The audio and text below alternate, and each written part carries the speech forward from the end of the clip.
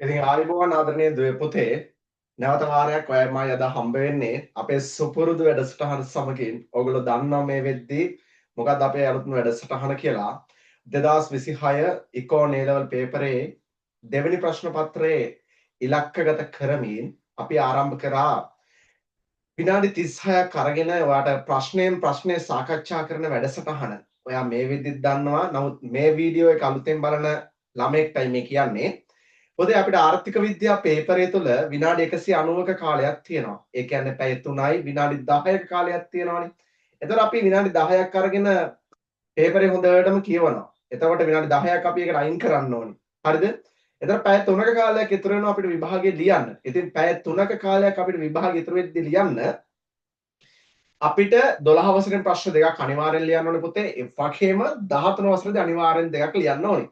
එතකොට ඔයාලට එකක් 12 වසරෙන් හරි 13 වසරෙන් හරි තෝරගෙන ලියන්න තියෙනවා. හරිද? රයිට්. එතකොට ආදරණීය දුවේ පුතේ විනාඩි 180 30 ප්‍රශ්න පහෙන් බෙදුවොත් ප්‍රශ්න පහක් ලියන්න තියෙන ප්‍රශ්න පහෙන් බෙදුවොත් අපිට විනාඩි එකකට විනාඩි 36 ගාන එන්නේ. විනාඩි 36යි. එතකොට එක ආර්ථික විද්‍යා ප්‍රශ්නයකට එන්නේ. වැඩේ තේරුණාද? රයිට්. එහෙනම් අද දවසේ අපි සාකච්ඡා කරන්න බලාපොරොත්තු වෙන ප්‍රශ්නය. හරිද? මේ වෙද්දි මම දැන් ඔයාට ස්ක්‍රීන් එකේ ෂෙයා කරනවා. හරිද? ප්‍රියාදරණීය දෙවි පුතේ, ඉතින් අපි අද දවසේ කතා කිරීමට බලාපොරොත්තු වන ප්‍රශ්නය තුන්වෙනි පාඩමට අදාළ වන්නා වූ ප්‍රශ්නයක් තමයි අපි සාකච්ඡා කරන්න බලාපොරොත්තු වෙන්නේ. ඉතින් මේ වෙද්දිත් ඔයාට මේ ස්ක්‍රීන් එක මත ඒ ප්‍රශ්නේ ඔයාට දිස් වෙනවා. ස්ක්‍රීන් එක මත ඔයාට මේ වෙද්දි දැන් මේ ප්‍රශ්නේ දිස් වෙනවා පුතේ. හරිද? බද්ධ ආශ්‍රිත ගාණක් බදු නේද? ටැක්ස් බදු ආශ්‍රිත ගාණක් තමයි අද දවසේ අපි හදලා ඉවර කරන්න යන්නේ. රයිට්. මගේ පුතා මම උත්තරේ සාකච්ඡා කරන්න කලින් මෙතනින් ඔයා වීඩියෝ එක නවත්තලා විනාඩි 36ක කාලයක් ගන්න. විනාඩි 36ක කාලයක් අරගෙන ඔයා ගිහිල්ලා පේපරේ මේ ප්‍රශ්නේ ලියාගෙන ප්‍රශ්නෙට ආන්සර් එක ඔයාලට ලියන්න පුළුවන්ද කියලා බලලා උත්තරේ ලියාගෙන ඇවිල්ලා මගේ උත්තරත් එක්ක මේක සංසන්දනය කරන්න. Right right. පස්සේ ප්‍රශ්නේ පළවෙනි එකකින් අහන පුතේ භාණ්ඩයක් මත අලෙවි බද්දක් පැනවූ විට බදුබර මුළුමනින්ම පාරිභෝගිකයට විතන් කළ හැකිද? එසේ කළ හැක්කේ කවර තත්ත්වයක් යටතේද? රූප සටහන් යොදා ගැනීමෙන් පැහැදිලි කරන්න කියලා කියනවා ලකුණු 4යි. ඊට පස්සේ අපිට දෙවෙනි ප්‍රශ්නයක් තියෙනවා. දෙවෙනි ප්‍රශ්නේ අයන්න ආයන්න ඇයන්න ඈයන්න කියලා අණු කොටස් 4යි. එතකොට ලකුණු සියල්ලම 16යි. තුන්වෙනි ප්‍රශ්නයක් තියෙනවා. ගොවින්ගේ ආදායම ස්ථායීකරණය කිරීම සඳහා අනුගමනය කරනු ලබන තොග රැස් කිරීම හා මුදා හැරීම ක්‍රමවේදයේ රූප සටහනක් යොදා ගැනීමෙන් පැහැදිලි කරන්න වෙනවා. රයිට්. අපි වැඩේ කරන්න යමු පුතේ. හරිනේ? රයිට්. ප්‍රශ්නට යන්න කලින් නැවත මතක් කරනවා ලංකාවේ මේ විදිහට ප්‍රශ්න සාකච්ඡා කරන ලංකාවේ එකම YouTube නාලිකාවට ඔය කට්ටිය හැමදේනම සාදරයෙන් පිළිගන්නවා. ඒ නිසා ඔයාගේ YouTube නාලිකාව පුතේ subscribe කරන්න අමතක කරන්න එපා. ඒ වගේම යාළුවෙක්ට recommend කරන්න, තව කෙනෙක්ට share කරන්න අමතක කරන්න එපා. අනිවාර්යෙන් මේක ඔයාගේ උසස් අධ්‍යාපන කටයුතු සඳහා හෝ විශ්වවිද්‍යාල අධ්‍යාපන කටයුතු සඳහා වැදගත් වුණා නම් කමෙන්ට් බොක්ස් එක යට තියෙනවා. අනිවාර්යෙන් කමෙන්ට් එකක් දාලා තියන්න. රයිට්. ඒ වගේම notification bell එක all කරලා තියාගන්න. අපි අලුත් වීඩියෝ එකක් දාපු ගමන් ඔයාගේ ළඟට ගෙන්නා ගැනීමේ හැකියාව පවතිනවා. රයිට්.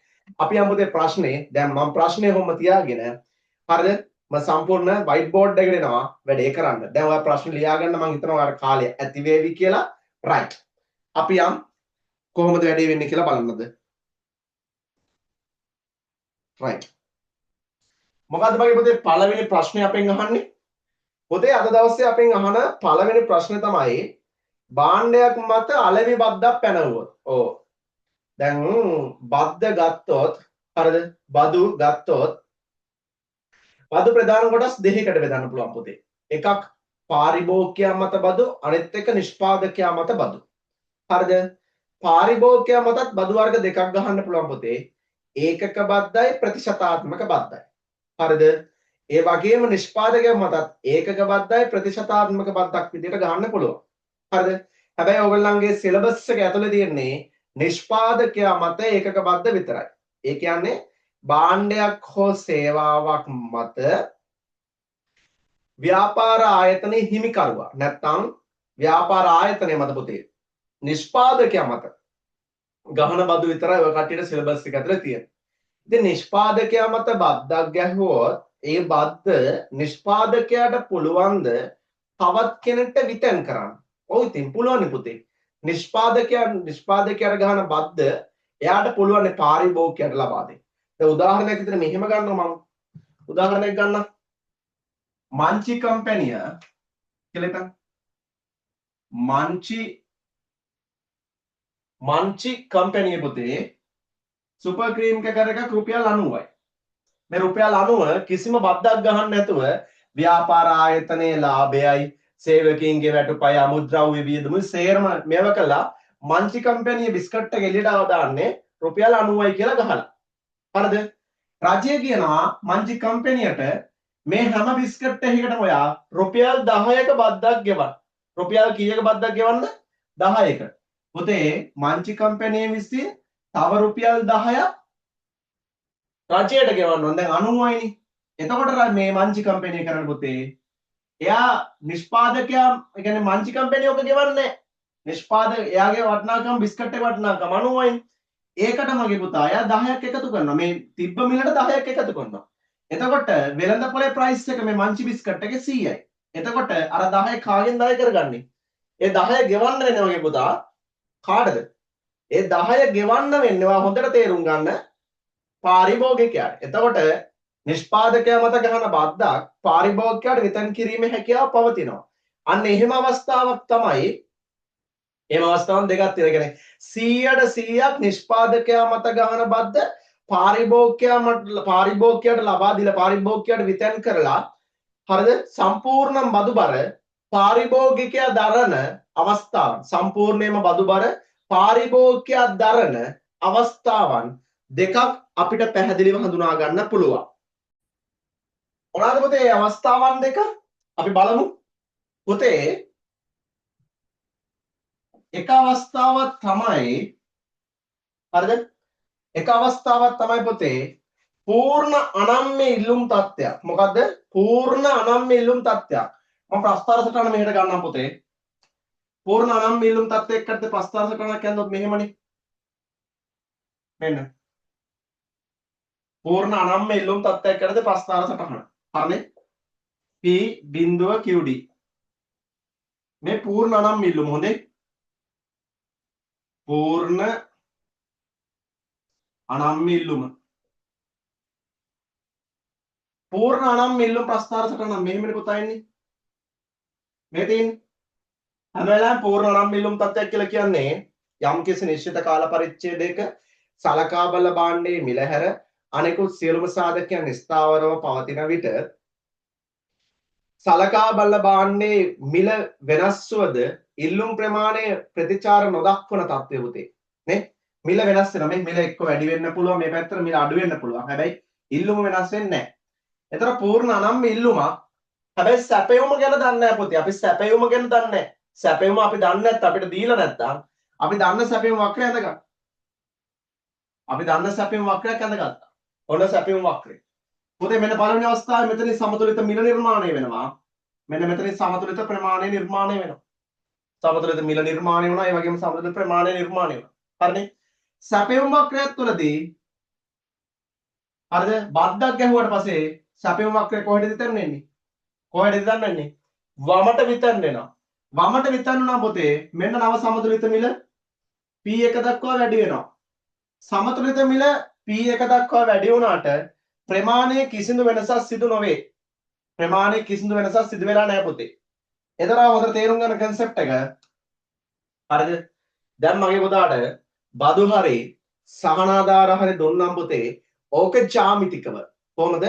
ඕක ජ්‍යාමිතිකව ඕක දක්වන්නේ කොහොමද කියලා ඔයාලට ප්‍රශ්නයක් එනවනේ. ගොඩක් දරුවන්ට ඕක හොයාගන්න අමාරුයි. ඒක හොයාගන්න ලේසි ක්‍රමයක් කියලා දෙන්නම් පුතේ. ඔන්න බලාගන්න. හරිද? ඒක තමයි පුතේ. හරිද? ඒක තමයි බදු පසු සමතුලිත මිල තියෙනවනේ. බදු පසු සමතුලිත මිල. මේකනේ ඉස්සල සමතුලිතය. මෙයා තමයි ඉස්සල සමතුලිතය. E කියන එක නා. මෙයා තමයි නව සමතුලිතය. E1. පුතේ බදු පසු සමතුලිත ලක්ෂයේ සිට. ඒ කියන්නේ මෙන්න මෙතනනේ පුතා. හොඳට බලන්න ඉන්න. බදු පසු සමතුලිත ලක්ෂයේ සිට. ඒ කියන්නේ මේ E1 කියන තැන පුතේ. බදු පසු සමතුල ලක්ෂයේ සිට පෙර සැපයුම් වක්‍රය හොයාගෙන යන්න. පෙර සැපයුම් වක්‍රය කියන්නේ S නේ. S බිඳුව කියලා ගන්නකො. S බිඳුව. අන්න පුතේ හොයාගෙන ගියා. මෙන්න. පුතේ එහෙනම් මෙන්න මේ දෙන්න අතර තියෙන්නේ ඒකක බද්ධ. T ඒකක බද්ධ. එතකොට බද්ධක හැම වෙලාවෙම මගේ පුතා උඩ ඉන්නේ මේ සමස්ත කොටුවම 100%ක්. 100%ක් මම පාඩ කරපු කොටුවේ බදු බර දරන්නේ පුතා. සම්පූර්ණ බදු බර 100%ක්. 100%ක් බදු බර පාරිභෝගිකයා දරයි. කවුද පුතේ මගේ පුතේ මේ බදු බර දරන්නේ නම් පූර්ණ අනම්‍ය ඉල්ලුමක් තියෙන අවස්ථාවේදී පූර්ණ අනම්‍ය ඉල්ලුමක් තියෙන අවස්ථාවේ සම්පූර්ණ බදු බර දරන්නේ පාරිභෝගිකයා. මොකද නිෂ්පාදකයාට ගහපු බද්ද මගේ පුතා විතන් කිරීමේ හැකියාව පැවතුනා පාරිභෝගිකයා වෙත. හරි නේද? රයිට්. දෙවෙනි අවස්ථාව පුතේ පූර්ණ නම්‍ය සැපයුම් තත්ත්වයක්. පූර්ණ නම්‍ය සැපයුම් තත්ත්වයක්. මෙන්න බලන්න.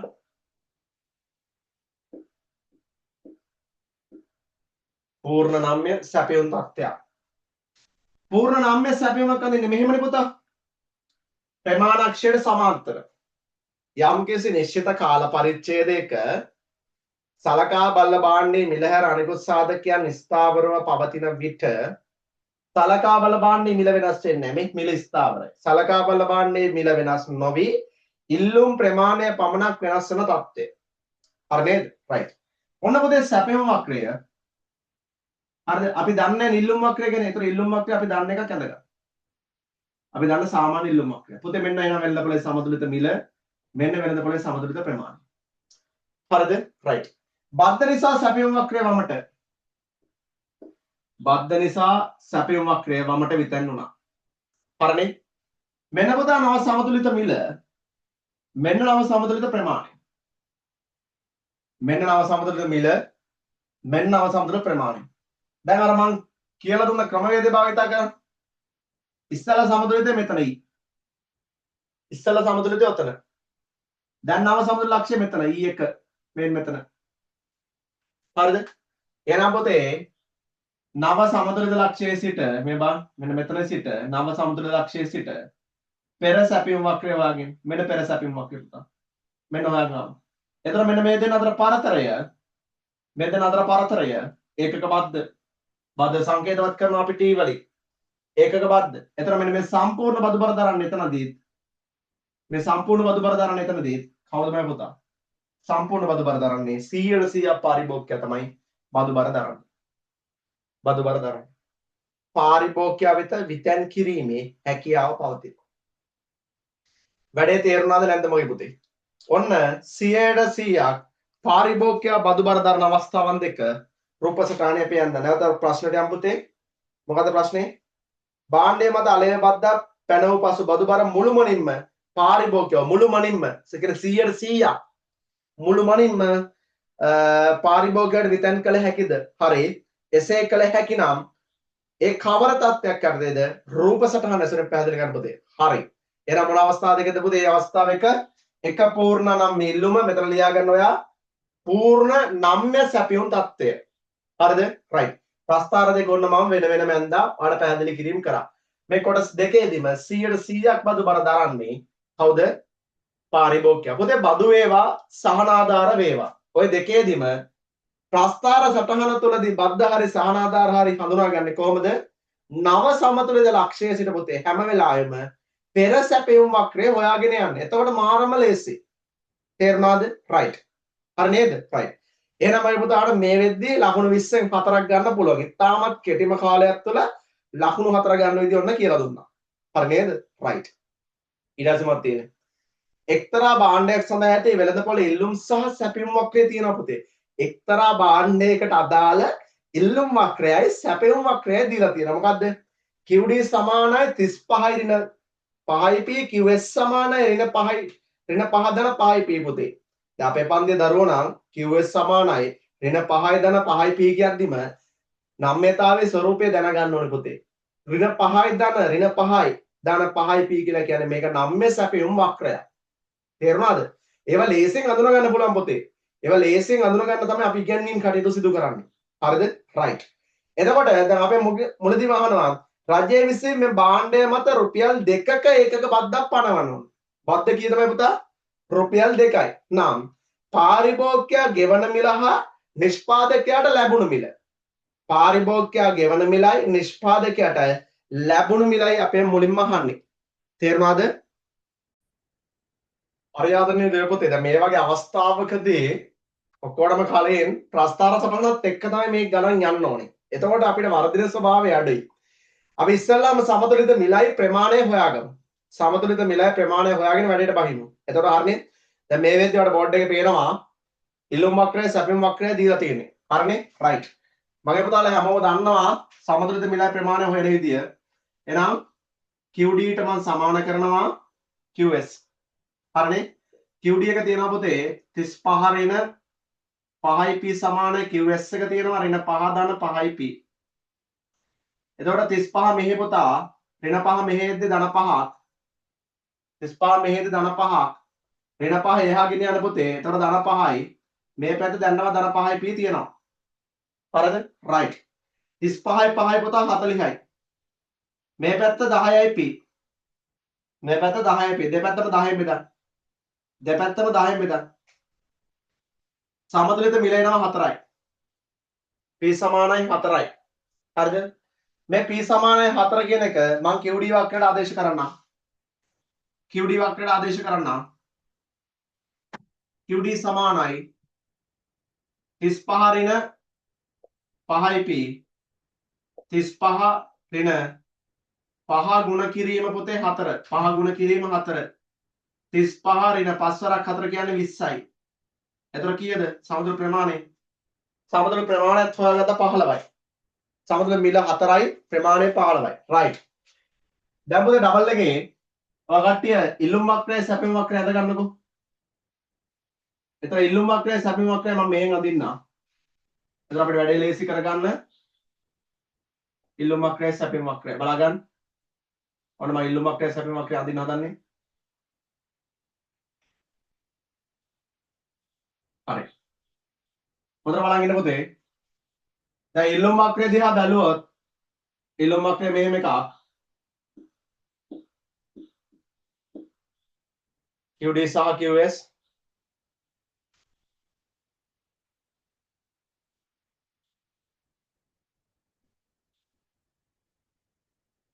සමතුලිත මිල. පොතේ මෙතන අගය තමයි මේ තියෙන්නේ. මිල බිඳුවේදී ඉල්ලුම් ප්‍රමාණය. ඕගොල්ලෝ දන්නවා මේ වෙද්දි දන්නවා. හරිද? වගු හදන්න නැතුව කෙලිම ආන්සර් ගන්න විදිහ දන්නවා. පොතේ QD සමානයි A ඍණ BP ආකෘතිය තමයි මේ තියෙන්නේ. ඒ ආකෘතියට අනුව ගත්තොත් QD සමානයි අපේ පන්තියේ ළමයි අනිත් කට්ටිය වගු හදාලා ගද්දී අපේ කට්ටිය ප්‍රස්තාර සමීකරණ දැක්ක ගමන් සංඛ්‍යා දත්ත දාගෙන පොතේ ප්‍රශ්නේ හදනවා. එතන හුරු වෙන්න දැන් මේ විදිහ ලේසි පොතේ කාලය ඉදිරි පොතේ ඒවල අගය තමයි තියෙන්නේ. ඒ කියන්නේ මිල බිඳුවේදී ඉල්ලුම් ප්‍රමාණය තමයි ඔය තියෙන්නේ. මිල බිඳුවේදී ඉල්ලුම් ප්‍රමාණය 35යි. හරිද? 35යි. පොතේ ඔය භාණ්ඩය සඳහා පාරිභෝගිකයා ගෙවීමට කැමති උපරිම මිල, උපරිම ඉල්ලුම් මිල, උපරිම ඉල්ලුම් මිල හොයාගන්නේ කොහොමද? හරිද? පොතේ මේ පැත්තට බිංදුව දාගන්න. මේ පැත්තට බිංදුව දාගන්න. ඉතින් දාගන්න. ඉතින් දාගන්න. QD සමානයි 35 ඍණ 5යි p. QD තිබ්බතරට දැන් මොකක්ද දැම්මේ පුතා? එතන දැම්මේ බිංදුව. හරිද? right. ධන 35 මේ පැත්ත තියෙනවා පුතේ. ධන 35 අරන් යන්න එහා පැත්තට. ධන 35 එහා පැත්තට අරන් ගියාම ඍණ 35යි. මේ පැත්තේ තියෙන ඍණ 5යි p. එතකොට දෙපැත්තම p නේ තනි කරගන්න ඕනේ. ඍණ 5ෙන් බෙදන්න. 35 ඍණ 5ෙන් බෙදන්න. ඍණයි ඍණයි පුතේ ධන 35 5ෙන් බෙදුවම සමතුලිත උපරිම ඉල්ලුම් මිල එනවා පුතේ. උපරිම ඉල්ලුම් මිල එනවා 7යි. උපරිම ඉල්ලුම් මිල කීය දෙන්නේ? 7යි. right. එහෙනම් සැපයුම් වක්‍රය මොන වගේ එකක්ද දෙන්නේ? සැපයුම් වක්‍රය ඍණ ඍණ 5ෙන් පටන් ගන්න පොතේ. සැපයුම් වක්‍රය පටන් ගන්න ඍණ 5ෙන්. එතන බිංදුව මෙතන නම් ඍණ 5 මේනේ පුතා. ඔන්න ඍණ 5. මෙන්න ඍණ 5. එතකොට පුතා මේ වක්‍රය නම්‍ය සැපයුම් වක්‍රයක්. මොන වක්‍රයක්ද? මේකට තියෙන්නේ නම්‍ය සැපයුම් වක්‍රයක්. එතකොට මේකේ සැපයුම් වක්‍රය මෙන්න මෙහෙමයි එන්නේ පුතේ. ඔන්න ඔහොම එකක් එන්නේ. මෙන්න සැපයුම් වක්‍රය. මෙන්න ඉල්ලුම් වක්‍රය. හරිද? right. ඍණ 5යි පුතේ. ඒ වල අගය ඍණ වෙන්නේ QS සමානයි A ධන BP ආකෘතිය තුලදී හරිද? ඒ වලට අගය ඍණ වෙන්නේ නම්‍ය සැපයුමක් තුලදී විතරයි මගේ පුතා. වැඩේ තේරුණාද? right. එහෙනම් ඔයා QS තියෙන තැන දැන් බිංදුව දාගන්න. QS තියෙන තැන හිතෙන් දාගන්න. QS සමානයි ඍණ 5 ධන 5යි p. ඍණ 5 එහා ගෙනියන්න. ඍණ 5 එහා ගෙනිච්චම ධන 5යි. ධන 5 මෙහා පැත්ත 5යි p තියෙන්නේ. දෙපැත්තම 5න් බෙදන්න. 5 බෙදීම 5 කියලා කියන්නේ මගේ පුතා. හරිද? කීයද? 5 බෙදීම 5 කියලා කියන්නේ 1යිනේ උත්තරේ. කීයද? 1යි. ඒ කියන්නේ අවම සැපයුම මේකට කියන අපි උඩරින් ඉල්ලුම් මිල මේකට කියන අවම සැපයුම් මිල කියලා. එතන වෙළඳපොලේ සමතුලිත මිල සහ ප්‍රමාණය මෙන්න පුතා වෙළඳපොලේ සමතුලිත මිල තියෙනවා. මිල 4යි ප්‍රමාණය 15යි. මිල 4යි ප්‍රමාණය 15යි. මිල 4යි ප්‍රමාණය 15යි. වැඩේ තේරුණාද? මිල 4යි ප්‍රමාණය 15යි. හරිද? right. දැන් ඩබල් එක අපි ගන්න යම් අපිට කියනවා නිෂ්පාදකයා මත පොතේ මේකෙදි බද්දක් ගහනවලු. හරිද? බද්දක් ගහනවලු. ඒ බද්දෙන් පස්සේ අපෙන් අහන්නේ රජය විසින් රුපියල් 2ක බද්දක් පනවලා දෙන පාරිභෝගිකයා ගෙවන මිල සහ නිෂ්පාදකයා සඳහා ලැබුණු මිලයි. උදේ රජය මේ භාණ්ඩය සඳහා රුපියල් 2ක බද්දක් ගහනවලු. මේ බද්ද ගහන්නේ නිෂ්පාදකයා මතනේ. කාගේ මතද ගහන්නේ? නිෂ්පාදකයා මත ගහන්නේ. එතකොට මේ ගැලපුම අපි කරන්න ඕනේ සැපයුම් වක්‍රයට. මොකද නිෂ්පාදකයා ඉන්නේ සැපයුම් වක්‍රය තුලනේ. එහෙනම් නව සැපයුම් වක්‍රය අපි ඔක්කොටම කලින් හදා ගන්න ඕනේ. හරිද? right. නව සැපයුම් වක්‍රය මගේ පුතා මම මේ ටික මකලා මෙතන හදන්නම්. මම මෙතන හදන්නම්කෝ පුතේ. නව සැපයුම් වක්‍රය හදමු. නව සැපයුම් වක්‍රය හදන්න පරණ සැපයුම් වක්‍රය ඉස්සෙල්ලාම ගන්න. QS සමානයි ඍණ 5 ධන 5යි p. ඔන්න පරණ සැපයුම් වක්‍රය. මේ සැපයුම් වක්‍රය පුතේ ඍණ 5 ධන 5 මෙතනට ගැලපුමක් කරනවා p ඍණ t. p ඍණ t කියන්නේ බද්ධ ආදේශ කරා. එතකොට පුතා මෙතන ඍණ 5යි මෙතන 5යි p බද්ධ දෙකයි. t කියන්නේ බද්ධ දෙකයි. හරිද?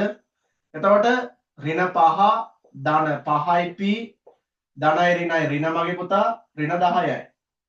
එතකොට ඍණ 15 ධන 5යි p. නව සැපයුම් සමීකරණය නම් මගේ පුතේ කීයද එතකොට?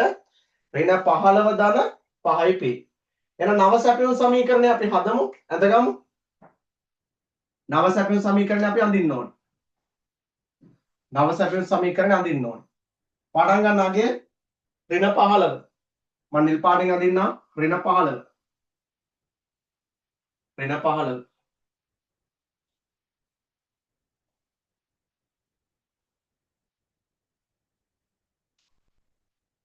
S1 දකුණු ඉතැන්වීමක් වෙන්නේ ඍණ 15යි.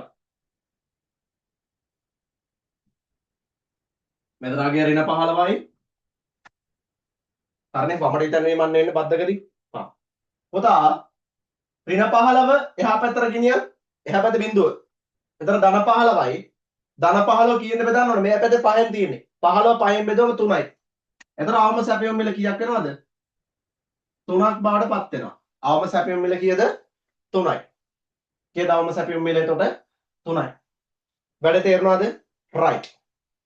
එහෙනම් මගේ පුතා මෙතන 4යිනේ. මෙතන ඉස්සෙල්ලා සමතුලිත මිල තියෙන්නේ. ඉස්සෙල්ලා සමතුලිත මිල 4යි. මෙතන අවම සැපයුම් මිල තියෙන්නේ ඒක 3යි. ඒක 3යි. පේන්නේ නැද්ද? මම මෙහෙ ලියන්නම් 3යි. right. පුතේ දැන් පරණ ඉල්ලුම් වක්‍රයට නව සැපයුම් වක්‍රය ආදේශ කළා නව සමතුලිත මිලයි ප්‍රමාණය හොයා ගන්න ඕනේ. බලමු හොයන විදිය. QD සමානයි QS 1. ඉස්සලා පරණ ඉල්ලුම් වක්‍රය නව සැපයුම් සමීකරණය. හොඳේ. QD පරණ එක 35යි ඍණ 5යි p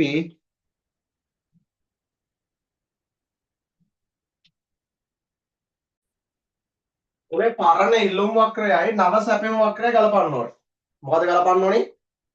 පරණ ඉල්ලුම් වක්‍රයයි නව සැපයුම් වක්‍රයයි. කොහොම පරණ ඉල්ලුම් වක්‍රය මේ තියෙන්නේ? පරණ ඉල්ලුම් වක්‍රය ගන්න. 35 ඍණ 5යි p. QS එක පුතේ අලුත් එක ඍණ 15 ධන 5යි p. ඍණ 15 ධන 5යි p. හරිනේ right. සජාතිය එක පැත්තට ගන්න. 35 ඍණ 15 මෙහෙදි ධන 15ක් right. ඍණ 5 යා කියන්නේ පුතේ ධන 5යි p මේ පැත්ත ධන 5යි p right. 35යි 15යි 45යි මේ පැත්ත කීයද 10.5යිද sorry 5යි 5යි 10යි p. හරි නේද 35යි දෙපැත්තම 10න් බෙදලා තියෙන්නේ පුතේ 10න් බෙදුවම p සමානයි 4.5යි කියලා එනවා. නව සමුද්‍ර මිල කීයද පුතේ එනවා p සමානයි 4.5යි. මෙන්න මෙතන ගිය 4.5යි. කීයද නව සමුද්‍ර මිල 4.5යි. වැඩි තේරුණාද ගත්ත විදිය? දැන් පුතේ පොඩි වැරදීමක් සිද්ධ වුණා. බලන්න කොතනද වැරදුනේ කියලා. 35ට 15ක් එකතු කරාම 45යි නෙවෙයි පුතේ. 35ට 5ක් එකතු කරාම 45යි නෙවෙයි. මෙතන ආගේ 50යිනේ. 50 10න් බෙදුවම 5යිනේ උත්තරේ. නව සමතුලිත මිල බඩපත් වෙන්නේ 5. 5. 5 යටතේ සමතුලිත ප්‍රමාණය හොයන්න ඕනේ. මෙන්න මෙතන ආගේ හොයන්න ඕනේ පුතේ. 5 යටතේ සමතුලිත ප්‍රමාණය හොයන්න ඕනේ. හරිද? කොහොමද හොයන්නේ? ඒක ඉල්ලුම් වක්‍රයට හරි සැපයුම් වක්‍රයට හරි ආදේශ කරන්න. හැබැයි පරණ සැපයුම් වක්‍රයට එහෙම ආදේශ කරන්න එපා. හරි? අපි දන්න ඉල්ලුම් වක්‍රයට ආදේශ කරගමු. අපි දන්න ඉල්ලුම් වක්‍රයට ආදේශ කරගමු. මෙන්න ආදේශය QD සමානයි 35 ඍණ 5යි p 35 ඍණ 5 ගුණ කිරීම සමුද්‍ර මිල 5යි 35 5 වර 5 කියන්නේ 25යි පුතා 10ක් ඉතිරි 10යි. දැන් සමුද්‍ර ප්‍රමාණය 10යි. දැන් සමුද්‍ර ප්‍රමාණය කීයද? නව සමුද්‍ර ප්‍රමාණය 10යි. හරිද? right. අපෙන් වහන්නේ මගේ පුතා මේ බද්ධ නිසා නිෂ්පාදකයාට ලැබෙන මිල සහ පාරිභෝගිකයාට ගෙවන්න වෙන මිල. පුතේ ඉස්සෙල්ලා පාරිභෝගිකයාට කීයක් ගෙවන්න ඕනවද? ඉස්සෙල්ලා පාරිභෝගිකයා රුපියල් 4 ගානේ බාණ්ඩ කීයක් මිල දී ගත්තද වෙළඳ පොළ තුලදී? 15ක් මිල දී ගත්තා. දැන් පාරිභෝගිකයාට බද්දක් නිසා මිල වැඩි වෙලා. බදු නිසා බාණ්ඩේ මිල වැඩි වෙලා. එතකොට මේ රුපියල් 5 කියලා කියන්නේ පාරිභෝගිකයා දැන් ගෙවන මිල. නැත්නම් මේ නව සමතුලිත මිලනේ තියෙන්නේ. මේ නව සමතුලිත මිලනේ. මේකට කියනවා අපි පාරිභෝගිකයා ගෙවන මිල. බදු පසු පාරිභෝගිකයා ගෙවන මිල. බදු පසු පාරිභෝගිකයා ගෙවන මිල කීයද එනවා? 5යි. මොකද නිෂ්පාදකයට ලැබෙන්න ඕනි. නිෂ්පාදකයට ලැබෙනවද රුපියල් 5 ගානෙම? නෑ. මෙතන රජය බද්දක් ගාලා තියෙන්නේ. බද්ද හොයාගන්නේ කොහමද? මම බද්ද හොයාගන්න විදිහ මීට කලින් කියලා දුන්නා. කොහමද? නව සමතුලිත ලක්ෂය සිට පෙර සැපයුම් වක්‍රය හොයාගෙන යන්න. මෙන්න පොතේ. මෙන්න නව සමතුලිත ලක්ෂය. මෙතන ඉන්නේ අපි. මෙන්න මේ නව සමතුලිත ලක්ෂය සිට පෙර සැපයුම් වක්‍රය හොයාගෙන එන්නකෝ. මෙන්න පෙර සැපයුම් වක්‍රය. මෙතනනේ. හරි. මෙතනින් නිර්මාණය වෙන්න ඕනේ මිලක්. මෙතනින් නිර්මාණය වෙන්න ඕනේ මිලක්. හරිද? මේ මිල තමයි නිෂ්පාදකයට ලැබෙන්න ඕනේ මිල. බොහෝ වෙලාවට ওই මිල තුනම වෙයි. තුන වෙන්නත් පුළුවන් පුතේ. හරිද? ඕක තුන වෙන්නත් පුළුවන්. ප්‍රශ්නයක් නැහැ. අපි හොයන්නේ කොහමද? මේ බලන්න. මිලක් හොයන්න තියෙන්නේ නේද? මෙතන මිල හොයන්න තියෙන්නේ. මෙතන මිල හොයනවා නම් ප්‍රමාණයක් දීලා තියෙන්නේ. මේ තියෙන ප්‍රමාණය කපන දරින් බලන්න පුතේ. කපන දරින් තියෙන්නේ පරණ සැපයුම් වක්‍රය. මෙන්න මෙතනනේ. පරණ සැපයුම් වක්‍රය තියෙන්නේ. එතන පරණ සැපයුම් වක්‍රය නම් පරණ සැපයුම් වක්‍රය ගන්න. පරණ සැපයුම් වක්‍රය මෙතන QS සමානයි ඍණ 5 ධන 5යි p. ඍණ 5 ධන 5යි p. ප්‍රමාණයක් දීලා තියෙන්නේ. ප්‍රමාණය කීයද? 10යි. එහෙනම් QS පැත්තට 10 දාලා ඍණ 5 ධන 5යි p. ඍණ 5 මෙහෙ කියන්නේ පොතේ ධන 5 සමානයි 5යි සමානයි 5යි p. 15යි 15 බෙදන්න ඕනේ 5යි. හරිද? 5යි. එතකොට කීයද පුතේ මිල? 5න් බෙදුවම 3යි. අවම සැපයුම් මිල ගානින්ම එන්නේ නේද? 3යි. එතකොට පුතේ ප්‍රස්ථාරය පොඩ්ඩක් වෙනස් වෙන්න ඕනේ. මම ප්‍රස්ථාරය නැවත වරක් මකලා හරියට අඳින්නම් මේ විදියට.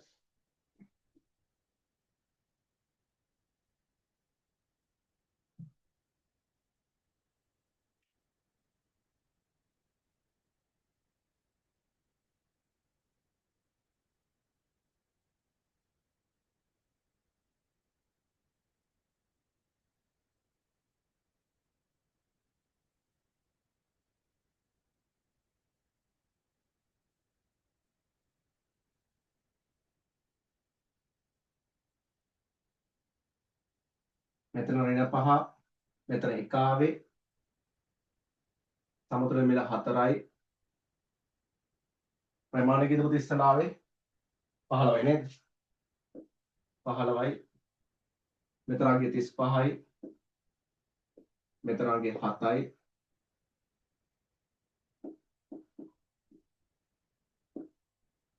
නව සැපීම වක්‍ර ගියේ කියන්න 3යි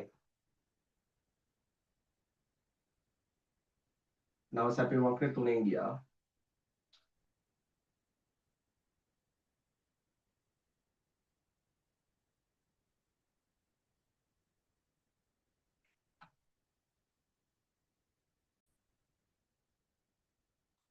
තර මෙතන මිල පොතේ අවම සැපයුම් මිලයි නිෂ්පාදකයට ලැබෙන මිලයි කියන දෙකම මෙතනදී 3 වෙන්නේ 3 ඔතන ඒක බද්ද හොයාගන්නේ ඒකක බද්දෙන් පස්සේ සමතුලිත මිල ආවේ අපිට 5යි සමතුලිත ප්‍රමාණය ආවේ 10යිනේ සැපයුම් වක්‍රේ දකුණට ඉතන් උනානේ මමට ඉතන් උනානේ S1යි තේරුණාද එතකොට මේ තියෙන්නේ බද්දෙන් පස්සේ පාරිභෝගිකයා ගෙවන මිල මේ 3 කියලා කියන්නේ පොතේ මේකට අවම සැපයුම් මිල කියලා කියන්නත් පුළුවන් අවම සැපයුම් මිල කියලා කියන්නත් පුළුවන් නැත්නම් මේකට කියන අපි නිෂ්පාදකයාට ලැබෙන මිල පොතේ මේ දෙන අතර පරතරය මේ තියෙන ඒකක බද්ද සමානයි 2යි හරිනේ පොතේ 5න් 3ක් අඩු කරාම ඒකක බද්දනේ 5න් 3ක් අඩු කරාම 2 ගානට එනවා පුතේ හරිනේ පාරිභෝගිකයා ගෙවන මිලට අපි කියනවා හරිද ගෙවන මිල හරිද 5 නිෂ්පාදකයාට ලැබෙන මිල 3යි බද්ද 2යි හරි නේද රයිට් එතකොට ඔයා ලකුණු 4ක් ලබා ගත්තා මේ වෙද්දී දෙවෙනි ප්‍රශ්නේ ලකුණු 4ක් යොදාගෙන කරගත්තා දැන් පොතේ බද්ධ හේතුවෙන් රජයට ලැබෙන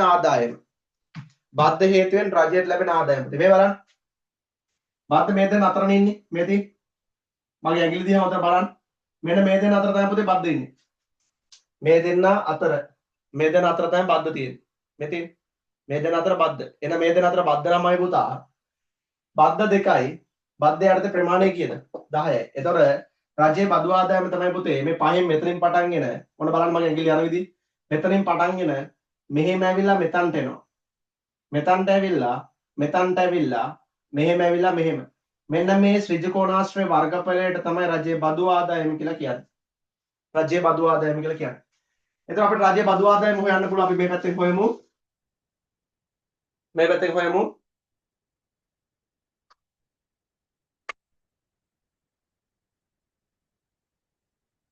රජයේ බදු ආදායම සමානයි බද්ධ ගුණ කරන්න බදු පසු සමතුලිත ප්‍රමාණය බද්ධ 2යි බදු පසු සමතුලිත ප්‍රමාණය 10යි රජයට පොතේ පිටින් තියෙන සල්ලි ඇතුළට ඒමක් වෙන්නේ රජයේ බදු ආදායම 20යි රජයේ බදු ආදායම කියනවා පුතා 20යි හරි නේද රයිට් ඊළඟ ප්‍රශ්නේ අහන්න මොකද්ද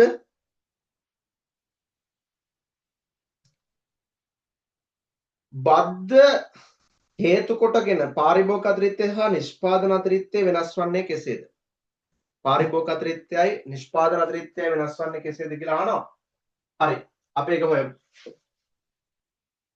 හොයමු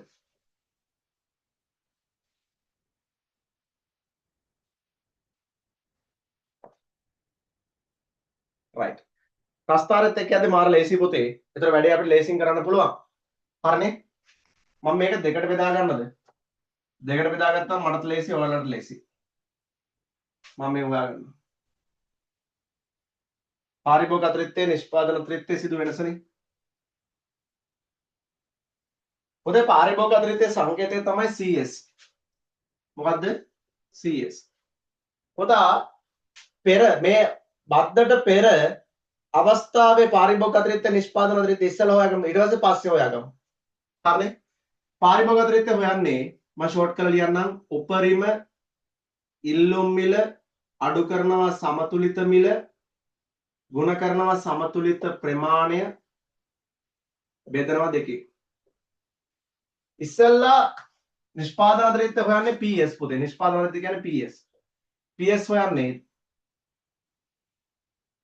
හොයන්නේ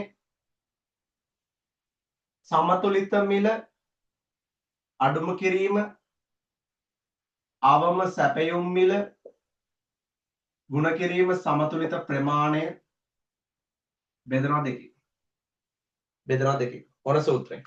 හරිනේ රයිට්. පුතා හොඳට බලගන්න. බලගන්න. පාරිභෝගික අධිරිත්‍ය නිෂ්පාදන අධිරිත්‍ය ඔයා මෙතෙක් හොයන්න දන්නේ නැත්නම් ඉකෝන් වල කිසිම ප්‍රස්තර සටහනක මම මේ කියලා දෙන ක්‍රමවේදය භාවිතා කරා. මාරම ලේසි. හරි නේද? රයිට්. පොතේ පාරිභෝගික අධිරිත්‍ය හොයන්න නම් ඉස්සෙල්ලා බද්දර කලින් සමතුලිත මිල කීයද? 4නේ. පොතේ ඒ බද්දේ සමතුලිත මිල 4යි සමතුලිත ප්‍රමාණය කීයද? 15යි. එහෙනම් සමතුලිත මිලේ ඉඳලා සමතුලිත ප්‍රමාණය ඔය දෙක කැපෙන සමතුලිත ලක්ෂයට ගාවට යන්නකෝ. සමතුලිත ලක්ෂය මේ තියෙන්නේ. ඉස්සෙල්ලා සමතුලිත ලක්ෂය මෙතනනේ. මෙන්න මෙතනනේ. පොතේ හැම වෙලාවෙම පාරිභෝගිකයා කියන්නේ පාරිභෝගික අධිරිත්‍ය කියලා කියන්නේ පාරිභෝගිකයට ලැබෙන වාසිය. නිෂ්පාදන අධිරිත්‍ය කියන්නේ සමතුලිත නිෂ්පාදකයට ලැබෙන වාසිය. හරිද? එතකොට පුතා මෙන්න පාරිභෝගික අධිරිත්‍ය මෙතන. මෙතන ඉන්නේ. මෙයානේ පාරිභෝගික අධිරිත්‍ය බඩපත් වෙන්නේ. පාරිභෝගික අධිරිත්‍ය බඩපත් වෙන්න නම් සමතුලිත මිලට ඉහළින් ඉල්ලුම් වක්‍රයට පහළින් වෙන්න ඕනේ. මෙන්න සමතුලිත මිල ඉඳලා හැම වෙලාවෙම පොතේ හොයාගෙන යන්න වෙළඳ පොලේ අලෙවි වෙන භාණ්ඩ ප්‍රමාණය. අතරම ඉස්සලා අලෙවි වුණානේ භාණ්ඩ 15. ඒ කියන්නේ සමතුලිත ප්‍රමාණය. එහෙනම් මෙල 4 ඉඳලා මගේ පුතා ප්‍රමාණය හොයාගෙන ගියා. මෙන්න මෙතනට ගියා. හරිද? ඉල්ලුම් වක්‍රය හොයාගන්න. ඉල්ලුම් වක්‍රයට පහළින් පොතේ. මෙන්න ඉල්ලුම් වක්‍රය. මෙන්න ඉල්ලුම් වක්‍රයට පහළින් තියෙන මෙන්න මේ කොටස පොතේ. මෙන්න මේ ත්‍රිකෝණේ වර්ගඵලය 4න් පටන් ගන්නවා මෙතනට එනවා ඊට පස්සේ 7 ගාවට යනවා එහෙම පහළට. මෙන්න මෙයා තමයි පොතේ පාරිභෝගික අධිරිත්‍ය බඩපත් වෙන්නේ. තේරුණාද? රයිට්. එහෙනම් උපරිම ඉල්ලුම් මිල කීයද? 7යි. සමතුලිත මිල කීයද? 4යි. සමතුලිත ප්‍රමාණය කීයද? 15යි. දෙකෙන් බෙදලා උත්තරේ ගමු. උපරිම ඉල්ලුම් මිල 7යි. සමතුලිත ප්‍රමාණය 4යි. සමතුලිත මිල 4යි. සමතුලිත ප්‍රමාණය 15යි. බෙදන්න තියෙන දෙකේ. 7ක් 4 කියන්නේ 3යි. 3 ගුණ කිරීම 15. බෙදීම 2.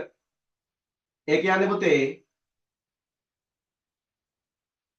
45යි 3 වරක් 15 45 දෙකෙන් බෙදුවම උත්තරේ එනවා 22.5යි. එහෙනම් ඉස්සලා පාරිභෝගික අධිරිත්‍ය කීයද? 22.5යි. නිෂ්පාදන අධිරිත්‍ය ගන්න කොහොමද නම් පුතේ? නිෂ්පාදකයා ඉස්සලාම ඉන්නේ පෙර සැපයුම් වක්‍රේනේ. ඒ කියන්නේ මේ මුල් S වක්‍රය අතර මෙන්න මෙයාගේ ඇත්තේ. මේ ඍණ 5න් පටන් අරගෙන ඉහළ නගින කෙනා ගාව තමයි ඉන්නේ. හරිද? රයිට්. එහෙනම් මෙන්න සමතුලිත මිල ඉස්සලා 4යි. සමතුලිත මිල ඉඳලා සමතුලිත ප්‍රමාණය දක්වා යන්නේ. 4 ඉඳලා සමතුලිත ප්‍රමාණය දක්වා ගියා. මෙන්න සමතුලිත ප්‍රමාණය කියන 15යි. පෙර සැපයුම් වක්‍රේ. සැපයුම් එන පුතේ සමතුලිත මිලට 15න් සැපයුම් වක්‍රයට ඉහළින්. 4 ඉඳලා ගියා මෙන්න මේ 4 ඉඳන් ගියා මෙතනට ආවා. මෙතන ඉඳලා මේක ගාවට ආවා.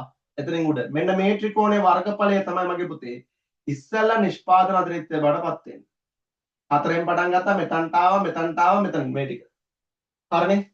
එහෙනම් සමතුලිත මිල 4යි ඉස්සලාම සැපයුම් මිල 1යි සමතුලිත ප්‍රමාණය 15යි. සමතුලිත මිල 4යි 1යි සමතුලිත ප්‍රමාණය 15යි බෙදීම 2.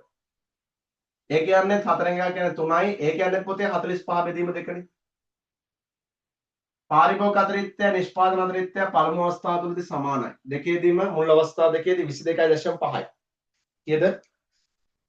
22.5යි. දැන් පසු පාරිභෝගික අධිරිත්‍ය සහ නිෂ්පාදන අධිරිත්‍ය හොයමු. පසු පාරිභෝගික අධිරිත්‍යයේදී පාරිභෝගිකයා ගෙවන මිල කීයද? පාරිභෝගිකයා ගෙවන්නේ පුතේ 5යි. 5 යටතේ කීයක් ඉල්ලනවද? වෙළඳ පොළ තුලදී භාණ්ඩ 10යි. බද්දකදී සමතුලිත මිල වැඩි වෙනවා. ඒතර මිල වැඩි වෙනවා. ඒතර පාරිභෝගිකයා මිලදී ගන්න භාණ්ඩ ප්‍රමාණය අඩු කරනවා. කී දක්වාද අඩු කරන්නේ? 15 ඉඳලා 10 දක්වා අඩු කරේ. හරි. එන පොතේ මෙන්න සමතුලිත මිල 5යි. 5 ඉඳලා යන සමතුලිත ප්‍රමාණය දක්වා يعني සමතුලිත ලක්ෂ්‍ය මෙතන. හරිනේ? 5 ඉඳලා මෙතනට ආවා. ඉල්ලුම් වක්‍රයට 15. මෙතන ඉඳලා මෙතනට ආවා. අන්න ඉල්ලුම් වක්‍රයට 15. එතන මගේ මේ ඇඟිල්ල යන ත්‍රිකෝණය 5 ඉඳලා මෙතනට ආවා 7 ගාවට ගියා ආයෙ මෙතනට ආවා. හරිද? එතකොට අර සූත්‍රමයි මගේ පුතේ පසු CS එක. අර සූත්‍රමයි CS සමානයි උපරිම ඉල්ලුම් මිල අඩු කිරීම සමතුලිත මිල ගුණ කිරීම සමතුලිත ප්‍රමාණය බෙදීම 2. දැන් උපරිම ඉල්ලුම් මිල 7යි දැන් සමතුලිත මිල 5යි සමතුලිත ප්‍රමාණය 10යි බෙදනවා 2. 7න් 5 කියන්නේ පුතා 2යි 1යි මෙතන 5යි. එතකොට දැන් පාරිභෝගික අතිරික්තය වඩපත් වෙන්නේ 10යි. දැන් පාරිභෝගික අතිරික්තය කීයද? 10යි. නිෂ්පාදන අතිරික්තය බලන්න. දැන් නිෂ්පාදකයෙන් ලැබෙන්නේ කීයද? දැන් නිෂ්පාදකයෙන් ලැබෙන 5යි නෙවෙයි. නිෂ්පාදකයේ සමතුලිත මිල වඩපත් වෙන නිෂ්පාදකයට ලැබෙන මිල. නිෂ්පාදකයාට ලැබෙන මිල 3යි. අනේ 3 ඉඳලා සමතුලිත ප්‍රමාණය කීය දක්වා එයා 3 ඉඳලා කීයක් හම්බ වෙනවද ආදායම? 3 වරක් 10යි. එයාට ලැබෙන ආදායම මේ තියෙන්නේ. එයාට ලැබෙන ආදායම් කොටස. එයාට ලැබෙන ආදායම් කොටස. එතකොට 3 ඉඳලා යන සමතුලිත ප්‍රමාණය කීය දක්වාද? මෙන්න මෙතනට ආවා. සැපයුම් වක්‍රයට ඉහළයි. හරිනේ? එතකොට මෙන්න මේ ත්‍රිකෝණය. මෙන්න මේ ත්‍රිකෝණය. මේ ත්‍රිකෝණය තමයි මගේ පුතා මොන අතරිත්‍ය බඩපත් වෙන්නේ? නිෂ්පාදන අතරිත්‍ය බඩපත් වෙන්නේ. තේරුණාද? right. එහෙනම් නිෂ්පාදන අතරිත්‍ය වල සූත්‍රය ලියමු. production surplus සමානයි සමතුලිත මිලෙන් අඩු කරන්න ආවම සැපයුම් මිල ගුණ කරන්න සමතුලිත ප්‍රමාණය බෙදන්න 2. සමතුලිත මිල දැන් නිෂ්පාදකයාගේ 3යි ආවම සැපයුම් මිල 1යි සමතුලිත ප්‍රමාණය 10යි බෙදීම 2යි. එතන 1යි පුතා මෙතන 5යි 2 ගුණ කිරීම 10 කියන්නේ 2 ගුණ කිරීම 5යි කියලා කියන්නේ එතනත් උත්තරේ කීයද? එතන උත්තරේ 10යි.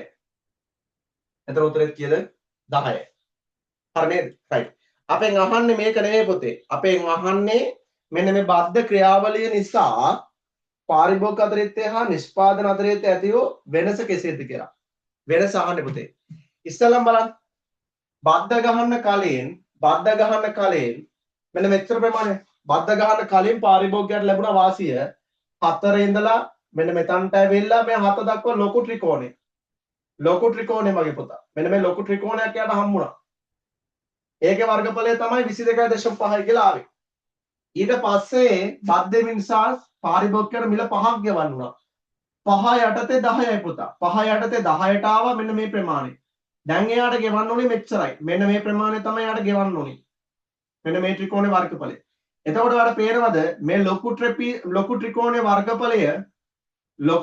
වර්ගඵලයයි දැන් මේ පොඩි ත්‍රිකෝණයේ වර්ගඵලයයි. ඒ දෙන්න අතර මෙන්න මේ ට්‍රැපීසියම මේ 5න් පටන්ගෙන මෙතනට ඇවිල්ලා 4 ගාවට ඇවිල්ලා උඩ 5න් පටන් ගන්නවා කෙලින් එනවා මෙතනට එහෙම්මම මෙහෙම එනවා මෙන්න මෙතනට එනවා මෙතනට ඇවිල්ලා මෙහෙම 4 ආයෙ උඩට ට්‍රැපීසියමක් තියෙන.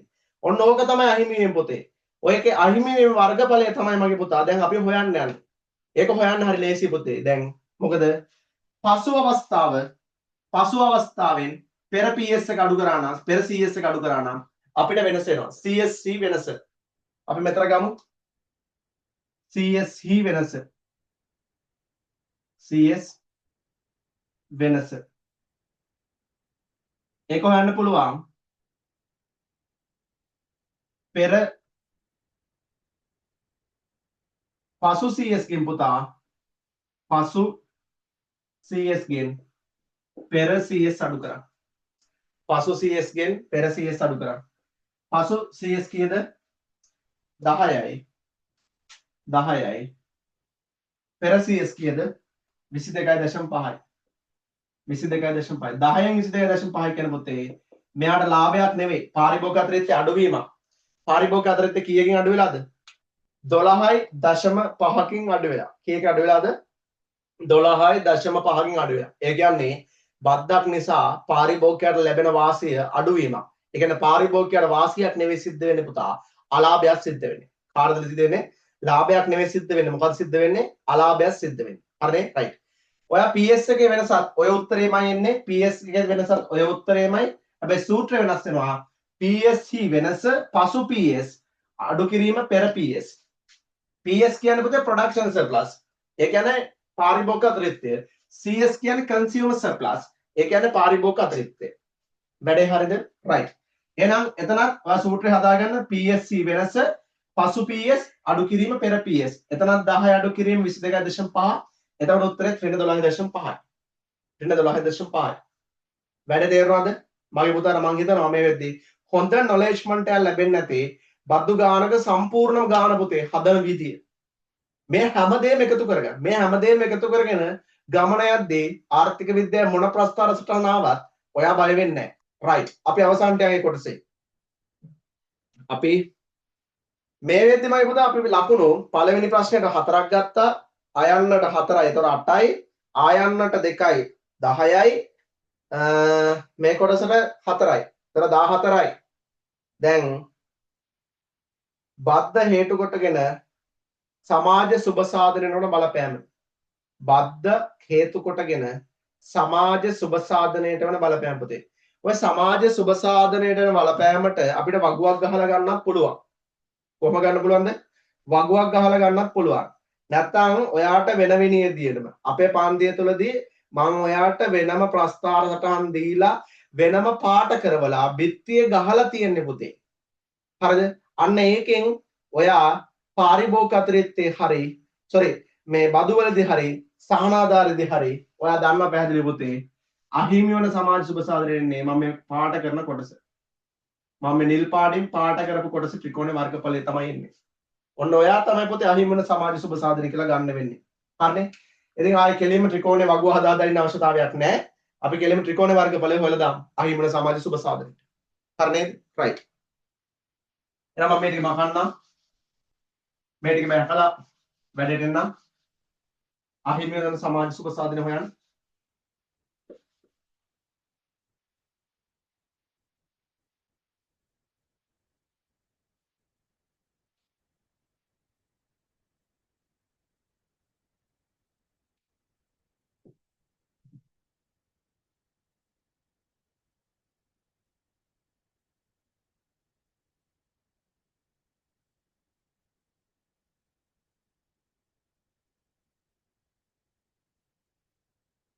අහිමි වන සමාජ සුබ සාධනය සමානයි පුතේ. ත්‍රිකෝණය නොයන් තියෙන්නේ. දෙකෙන් එක ගුණ කිරීම ආධාරකයේ ගුණ කිරීම ලම්බ උසෙන් ගන්න. දෙකෙන් එක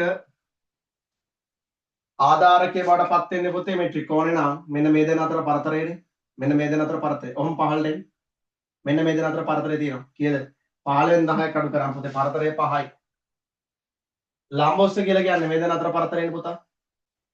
මේ දෙන අතර පරතරයනේ. බලන්න මෙහෙට ඇවිල්ලා 5 අඩු කිරීම 3. ඒ කියන්නේ 2යි. 1ට 2ට 2 කැපෙනවා පුතේ. අහිමි වෙන සමාජ සුබ සාධනය 5යි. අහිමි වෙන සමාජ සුබ සාධනය කියද 5යි. අහිමි වෙනවා පුතේ. අහිමි වෙලා යන නිසා මෙතන උත්තරේ අපි දාන්න ඕනේ ඍණ කියලා.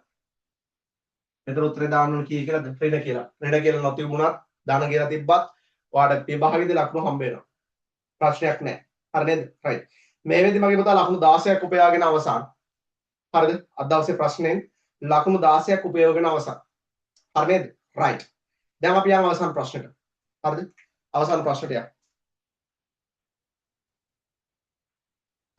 මොකද අවසන් ප්‍රශ්නෙන් අහන්නේ අපෙන් අහන්නේ පුතේ ගොවීන්ගේ ආදායම ස්ථායි කිරීම සඳහා අනුගමනය කරන තොග රැස් කිරීම හා මුදා හැරීමේ ක්‍රමවේදය රූප සටහනක් යොදා ගනිමින් විස්තර කරන්න. රූප සටහනක් යොදා ගනිමින් විස්තර කරන්න. හරිද? right. එතකොට පුතා ඒකට මම ප්‍රස්තාර සටහන ඇඳ ගන්නවා. හරි ආදරණීය දේව පුතේ මේ වෙද්දී හරිද? white board එක භාවිතා කරන්නේ නැතුව ඔයාලට මේ අතිරික්ත තොග මිලදී ගැනීමේදී හරිද? වෙළඳ පොළ තුලදී අපි අහන ප්‍රශ්නය තමයි ගොවීන්ගේ ආදායම ස්ථායීකරණය කිරීම සඳහා අනුගමනය කරන තොග රැස් කරනවා. ඒ කියන්නේ වෙළඳ පොළේ තියෙන භාණ්ඩ අතිරික්තය රජය විසින් මිලදී ගන්නවා. මොනවා කරනවද? රජය විසින් මිලදීගෙන මුදා හැරීමේ ක්‍රමවේදය රූප සටහනක් ඇසුරෙන් පැහැදිලි කරන්න ඕන. පුතේ ඒකට අදාළ රූප සටහන තමයි ඔයාලට මේ වෙද්දී ස්ක්‍රීන් එකේ දිස් වෙන්නේ. තේරුණාද? right.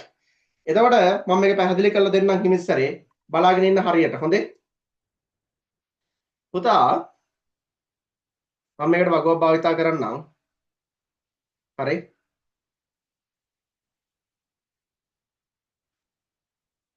CS PS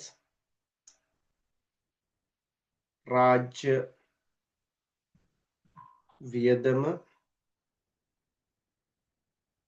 ES පෙර පසු වෙනස. right. පුතා දැන් මෙහෙම හිතන්න. ගොඩක් වෙලාවට මේක වෙනවා ලංකාවේ V වෙළඳ පොලේ. V වෙළඳ පොලේ පුතේ. ඒ කියන්නේ ගොවීන්ගේ ආදායම ලැබෙන කාලයක් මේ අස්වැන්න ලැබෙන කාලයක් තියෙනවනේ. මොනරාගල, අම්පාර, පොළොන්නරුව, අනුරාධපුර නේද? කුරුණෑගල වගේ දිස්ත්‍රික්ක වල V වගා කරනවනේ. මේ V වගා කරන කර්මාන්තයක් ගැන හිතන්නකෝ. එතකොට V ගොවීන්ට V කිලෝවක් සඳහා ඔයා හිතන්න රුපියල් 100ක මිලක් ලැබෙන්නේ කියලා. 100ක මිලක් ලැබෙන්නේ 100ක මිලක් ලැබෙන්නේ. හරිද? 100 යටතේ ඒගොල්ලෝ වෙළඳ පොළට පුතේ V කිලෝ 1000ක් එව්වා. V කිලෝ කීයක් එව්වද? 1000ක් එව්වා. හරිද? right. රජය හිතනවා මේ ගොඩක් වෙලාවට මේ කාගේ ආදායම ස්ථාවර කරන්න ඕන නිසාද? මේ ආදායම ස්ථාවර කරන්න ඕනේ ගොවීන්ගේ. ගොවීන්ගේ ආදායම ස්ථාවර කරන්න ඕන නිසා රජය පුතේ නිෂ්පාදකයාට වාසි ගෙනීමේ අරමුණෙන් ප්‍රධාන වශයෙන් හරිද අවම මිලක් නියම කරනවා. මොන මිලක් නියම කරන්නේ? අවම මිලක්. ඒ කියන්නේ අවම මිල හැම වෙලාවෙම ගහන්නේ මේ සමතුලිත මිලට වඩා ඉහළින්. සමතුලිත මිලට වඩා ඉහළින්. ඒ සමතුලිත මිල 100යි පුතා. සමතුලිත මිල 100යි. ගොවීන්ට ලැබිය යුතු ආදායම රජය විසින් නියම කරනවා. රජය විසින් නියම කරනවා. V කිලෝයක් සඳහා ගොවීන් රුපියල් 120ක් ලබා දෙන්න. කීයක් ලබා දෙන්නද? 120ක්. right. ඔය P 120 ඉඳලා පොතේ ඉස්සරහට P 120 ඉඳලා දැන් හොඳට බලන් ඉන්න. මෙන්න මේ තීරුව ඉඳන් බලන් ඉන්න. මෙන්න මෙතන P එකේ ඉඳලා මම මේ ඩොට් එකෙන් පැහැදිලි කරනවා හොඳේ. P එකේ ඉඳලා ඔයා ඉස්සරහට එද්දී කවුද හම්බෙන්නේ මේ? කවුද මේ දැන් මම මේ රතු පාට මේක කරලා දින තැන කවුද ඔයාලට තියෙන්නේ? මොන වක්‍රයේද තියෙන්නේ පුතේ? එතන තියෙන්නේ මේ. එතන කපන්නේ මොන වක්‍රයේද? කපන්නේ ඉල්ලුම් වක්‍රය. කපන්නේ ඉල්ලුම් වක්‍රය. හොඳට බලාගෙන රතු පාට ඩොට් එක දිහා. එතන තියෙන ඉල්ලුම් වක්‍රය මේ. ඉල්ලුම් වක්‍රය තියෙන්නේ. ඒ කියන්නේ පුතේ V කිලෝ එකක් 120 යටතේ 120 යටතේ V කිලෝ එකක් හරිද? ඉල්ලුම් වක්‍රේ ඉන්නේ කවුද? ඉල්ලුම් වක්‍රේ ඉන්නේ පාරිභෝගිකයා. පාරිභෝගිකයා මිලදී ගන්න පුතේ 120 යටතේ පාරිභෝගිකයා මිලදී ගන්න කී යටතේද? පාරිභෝගිකයා මිලදී ගන්න ප්‍රමාණය තමයි ඔය තියෙන්නේ. 120 යටතේ පාරිභෝගිකයා ඉල්ලන බාහන ප්‍රමාණය තමයි මගේ පුතා ඔය තියෙන්නේ. ඔය හිතන්න 120 යටතේ පුතේ 120 යටතේ ඉල්ලීම් කරන්නේ V කිලෝ 500යි. V කිලෝ කීයද? 500යි. V කිලෝ එකක මිල 120ක් කිරීම නිසා ඊළඟට ඇතිවෙන ප්‍රතිවිපාකය බලන්න. ඊළඟට ඇතිවෙන ප්‍රතිවිපාකය තමයි පුතේ. දැන් අපි මෙතන හිටියේ. ඔතන ඉඳලා ඉස්සරහට. ඔතන ඉඳලා ඉස්සරහට එද්දි කවුද හම්බෙන්නේ? කවුද කපන්නේ? මේ පුතේ. සැපෙම් වක්‍රනේ කපන්නේ. හොඳට බලන්න. මෙන්න සැපෙම් වක්‍රනේ කපන්නේ. සැපෙම් වක්‍රය තුළ ඉන්නේ කවුද? ගොවියා. කවුද ඉන්නේ? ගොවියා. ගොවියා V කිලෝ කීයක් වෙළඳ පොළට එවනවද? ඒක තමයි ඔය Q2 ප්‍රමාණය. මේ Q2 ප්‍රමාණයෙන් පෙන්වුම් කරන්නේ ඒක. එයා පුතේ V කිලෝ වෙළඳ පොළට. එයා V කිලෝ වෙළඳ පොළට 1500ක් එවනවා. කීයක් එවනවද? 1500ක් එවනවා. දැන් මට කියන්න මෙහෙම V කිලෝ එක මිල 120 කරා ඉස්සරහට ආවා පාරිභෝගිකයා. කවුද පුතේ මේ V මිලදී ගන්න පාරිභෝගිකයා මේ? කවුද මේ V මිලදී ගන්න පාරිභෝගිකයා? කවුද ඔය V මිලදී ගන්න පාරිභෝගිකයා? ඒ කියන්නේ මෙතන 120 යටතේ V මිලදී ගන්න පාරිභෝගිකයා කවුද පුතේ? එතන V මිලදී ගන්න පුතේ අරලිය, රත්න, නිපුණ වැනි සමාගම් V බහුජාතික මේ පෞද්ගලික V නිෂ්පාදකින්නේ. පෞද්ගලික V නිෂ්පාදකින් නෙමෙයිද ඔක මිලදී ගන්නේ? ඇත්තටම ඔක මිලදී ගන්නේ පෞද්ගලික නිෂ්පාදකී. කවුද මේ කරන්නේ? පෞද්ගලික නිෂ්පාදකීන් තමයි පුතේ ඔතන ඉන්නේ. ඒතර අරලිය රත්න සහල් සමාගම් ඔතන ඉන්නවා කියලා කියනවනේ මම දැන්. ඒගොල්ලෝ 120 යටතේ 500ක් මිලදී ගන්නවා මේ. 120 යටතේ 500ක් මිලදී ගන්නවා. හැබැයි නිෂ්පාදකයා කවුද? V නිෂ්පාදනය කරන්නේ ගොවියා පුතේ මේ 120 යටතේ ගොවියා වෙළඳපොළට 1500ක් එවලා තියෙනවා. 1500ක් එවලා තියෙනවා. එතකොට ඇත්තටම අලෙවි වෙන්නේ 500යි නේද? V කිලෝ 1500ක් වෙළඳපොලේ තිබ්බට දැන් අලෙවි වෙන්නේ කීයද පුතා? අලෙවි වෙන්නේ 500යි. අලෙවි වෙන්නේ 500යි. නේද? එතකොට V කිලෝ 1500ක් වෙළඳපොලේ තියෙනවා අලෙවි වෙන්නේ 500 නා වෙළඳපොලේ බාන්න අතිරික්තයද හිඟයක්ද? පැහැදිලි. වෙළඳපොලේ බාන්න අතිරික්තයක්. වෙළඳපොලේ බාන්න අතිරික්තය තමයි මගේ පුතා මේ මම ලකුණු කරලා තියෙන්නේ. මේකකින් ලකුණු කරලා තියෙන්නේ. මේ තියෙන්නේ වෙළඳපොලේ බාන්න අතිරික්තය. මේ තියෙන්නේ වෙළඳපොලේ බාන්න අතිරික්තය. මේ තියෙන්නේ වෙළඳපොලේ බාන්න අතිරික්තය. මේ දෙන අතර පරතරය තමයි වෙළඳපොලේ බාන්න අතිරික්තය. සංකේතයෙන් ගත්තොත් E F J I H G ප්‍රමාණය වෙළඳපොලේ බාන්න අතිරික්තයක් තියෙන පුතේ. මේ බාන්න අතිරික්තය මොකද කරන්නේ? මේ බාන්න අතිරික්තය කළමනාකරණය කරන්න ඕනේ. මේ බාන්න අතිරික්තය කළමනාකරණය කරන්න රජය විසින් ගන්නවා ක්‍රියාදාන ක්‍රියාමාර්ග දෙකක්. සහතික මිල යටතේ පුතා. රජය පොරොන්දු වුණානේ. රජය සහතිකයක් දීලා තියෙන්නේ. රජය සහතික වෙලා තියෙනවා මොනා කරන්නද? මේ ගොවීන්ගේ ආදායම ස්ථාවර කරන්න පුතේ. නේද? ඒ නිසා ඒගොල්ලෝ අධිරිත අස්වැන්න මිලදී ගන්නවා. අධිරිත අස්වැන්න මොනා කරනවද? මිලදී ගන්නවා. තේරුණාද? අධිරිත අස්වැන්න මොනවද කරන්නේ මේ පුතා? මිලදී ගැනීම කරනවා. වැඩ තේරුණාද නැද්ද? හරි නේද? රයිට්. ඒ කියන්නේ මෙහෙමයි පුතේ. 120 යටතේ 500ක් අරලිය රත්න සහල් සමාගම් මිලදී ගන්න. ඒ කියන්නේ BCDK ප්‍රමාණය. BCDK ප්‍රමාණය කවුද මිලදී ගන්නේ? අරලිය රත්න සහල් සමාගම් ප්‍රමුඛ පාරිභෝගිකයන් මිලදී ගන්නවා. ඊට පස්සේමයි පුතා ඉතුරු ටික. මේ ඉතුරු වෙන මෙන්න මේ සමස්ත ලොකු ත්‍රිකෝණයේ වර්ගඵලය. මෙන්න මේ කොටසමයි පුතා රාජ්‍ය සල්ලි දීලා මිලදී ගන්නවා මේ V ටික. හරිද? ගොවින්ගේ ආදායම ස්ථාවර කරන්න ඕන නිසා. වැඩ තේරුණාද නැද්ද? වැඩ තේරුණාද නැද්ද? හරි නේද එතකොට?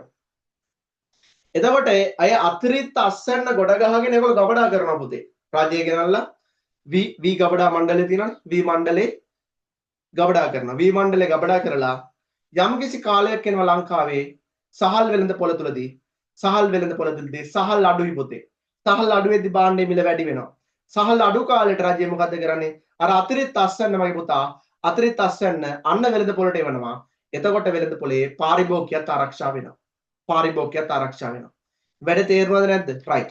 එතකොට දැන් මේකේ පාරිභෝගිකයට ලැබෙන වාසිය, නිෂ්පාදකයට ලැබෙන වාසිය, රජයට යන වියදම, ES එක, අහිමින සමාජ සුබ සාධනය. ඔය සියලුම කොටස් අපි දැන් ඉගෙන ගමු. හරි නේද? ඔය සියලුම කොටස් දැන් අපි ඉගෙන ගමු. හරිනේ? බලන් ඉන්න පුතේ. මම කරන්නම්. රයිට්. ඔයාලා හොඳට සාවධානයෙන් බලන් ඉන්න. හරි. CS කියන පාරිභෝගික අතිරික්තය ඔයා මේ විදිහට දන්නවා. පාරිභෝගික අතිරික්තය හොයන්නේ කොහොමද? සමතුලිත මිල ඉඳලා සමතුලිත ප්‍රමාණය හොයාගෙන යන්න අනේ ලක්ෂ්‍ය නවතින්න. සමතුලිත මිලට ඉහළින් ඉල්ලුම් වක්‍රයට පහළින් පවත්නා කොටස. ඒක ට්‍රැපීසියමක් වෙන්නත් පුළුවන්, ත්‍රිකෝණයක් වෙන්නත් පුළුවන්. ප්‍රශ්නයක් නැහැ. හරිනේ පුතේ. එතකොට මේකේ ඉස්සෙල්ලාම සමතුලිත මිල කීයක් තිබ්බේ? ඉස්සෙල්ලා සමතුලිත මිල තිබ්බේ 100යි නේ. මේ මෙතන හිටියේ. ඉස්සෙල්ලා සමතුලිත මිල 100යි. මේ 100 යටතේ ප්‍රමාණය කීයදමයි පුතා? ප්‍රමාණය 1000යි. එතකොට මෙන්න මෙතන සමතුලිත මිල 100 ඉඳලා මම එනවා 1000 දක්වා. ඔතනින් නවතිනවා. 1000ට යන්නේ නැහැ, 15ට යන්නේ නැහැ හොඳේ. පාරිභෝගිකය හැම වෙලාවෙම ඉන්නේ ඉල්ලුම් වක්‍රේ. මොන වක්‍රේද ඉන්නේ? ඉල්ලුම් වක්‍රේ. අන්න පොතේ ඉල්ලුම් වක්‍රයට පහළින් පවත්නා මේ ත්‍රිකෝණය. මෙන්න මේ ත්‍රිකෝණේ මම රතු පාට කර්ස් එක බලන්න හොතර බලන්න. මෙන්න මේ ත්‍රිකෝණේ වර්ගඵලය තමයි පොතේ පාරිභෝගික අතිරික්තය බවටපත් වෙන්නේ. සංකේතයක් විදිහට ගත්තොත් ABE සංකේතයක් විදිහට ගත්තොත් පාරිභෝගික අතිරික්තය බවටපත් වෙන්නේ ABE. මොකද බවටපත් වෙන්නේ? ABE. එහෙනම් අපි ලියමු පාරිභෝගික අතිරික්තය A ධන B ධන E. ඒ කියන්නේ පාරිභෝගිකයට ලැබිච්ච වාසිය. නිෂ්පාදකයට ලැබිච්ච වාසිය කොහොමද හොයන්නේ පුතා? නිෂ්පාදකයට ලැබිච්ච වාසිය හොයන්න වෙන්නේ ඔය සමතුලිත මිලේ මේ 100 ඉඳලාම මගේ පුතේ පෙර අවස්ථාවේ හොඳේ. මේ සමතුලිත මිලේ ඉඳලාම එන්න සමතුලිත ප්‍රමාණය 1000 දක්වා. ඔන්න 1000 දක්වා ආවා. නිෂ්පාදකයා ඉන්නේ මොන වාසිය? නිෂ්පාදකයා ඉන්නේ මොන වක්‍රයේද පුතේ? නිෂ්පාදකයා ඉන්නේ සැපයුම් වක්‍රේ. මොන වක්‍රයේද? සැපයුම් වක්‍රේ. එහෙනම් පුතේ සමතුලිත මිලට පහළින් සැපයුම් වක්‍රයට ඉහළින් පවත්නා මේ ත්‍රිකෝණයේ වර්ගඵලය. මෙන්න මේ ත්‍රිකෝණයේ වර්ගඵලය CFD. CFD. හරි නේද? මොකක්ද සංකේතයක් විදිහට ගත්තොත් CFD පුතා C ධන F ධන D. රජයට මුල් අවස්ථාවේ වියදමක් නැහැ. රජයට මුල් අවස්ථාවේ වියදමක් නැහැ. ඒතර ආර්ථික අතිරික්ත කියන පාරිභෝගික අතිරික්ත සහ නිෂ්පාදන අතිරික්ත කියන දෙක එකතුව පහළට ගන්න පුතේ. A ධන B ධන E ධන C ධන F ධන D. C ධන F ධන D. වැඩේ හරිය නේද? right. දැන් පසු CS එක පසු පාරිභෝගික අතිරික්තය පුතේ. පසු පාරිභෝගික අතිරික්තය ගන්නේ මෙන්න මේ අතිරික්ත තොග මිලදී ගැනීමේදී එක විශේෂ concept එකක් තියෙනවා. ඒ විශේෂ concept එක තමයි මගේ පුතා පුතර තේරුම් ගන්න. හොඳේ. පසු අවස්ථාවේ අතිරික්ත තොග මිලදී ගැනීම තුළදී එක සමතුලිත මිලයි සමතුලිත ප්‍රමාණවල් දෙකක් ගන්නවා. මොකක්ද තියෙන්නේ? සමතුලිත මිලවල් එකයි සමතුලිත ප්‍රමාණවල් දෙකයි. පුතේ ඒ කියන්නේ පාරිභෝගිකයාට නිෂ්පාදකයාට දෙන්නටම බාන්නේ මේවා කර ලැබෙන්නේ නිෂ්පාදකයාට ආදායමක් විතර ලැබෙන්නේ 120 පාරිභෝගිකයාට මිලදී ගන්න වෙන්නේ 120ට. එහෙනම් මේ 120 කියලා කියන්නේ හරිද? මේ 120 කියලා කියන්නේ අතිරික්ත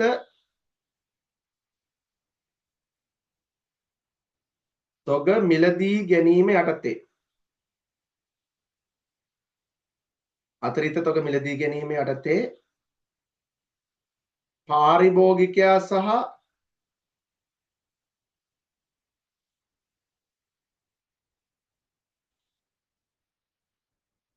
නිෂ්පාදකයාගේ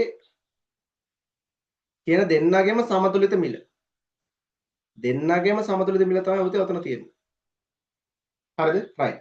හැබැයි සමතුලිත ප්‍රමාණවල මම කිව්වා දෙකක් තියෙනවා කියලා. මේ ලේසි concept එකක් කියලා දෙන්න. හොඳේ ලේසි concept එකක් කියලා දෙන්න නිසා හරියට අල්ලගන්න. හරිද? right. පුතේ පාරිභෝගිකයා දැන් බලන්නකෝ. පාරිභෝගිකයා 120ට මේ බලන්න.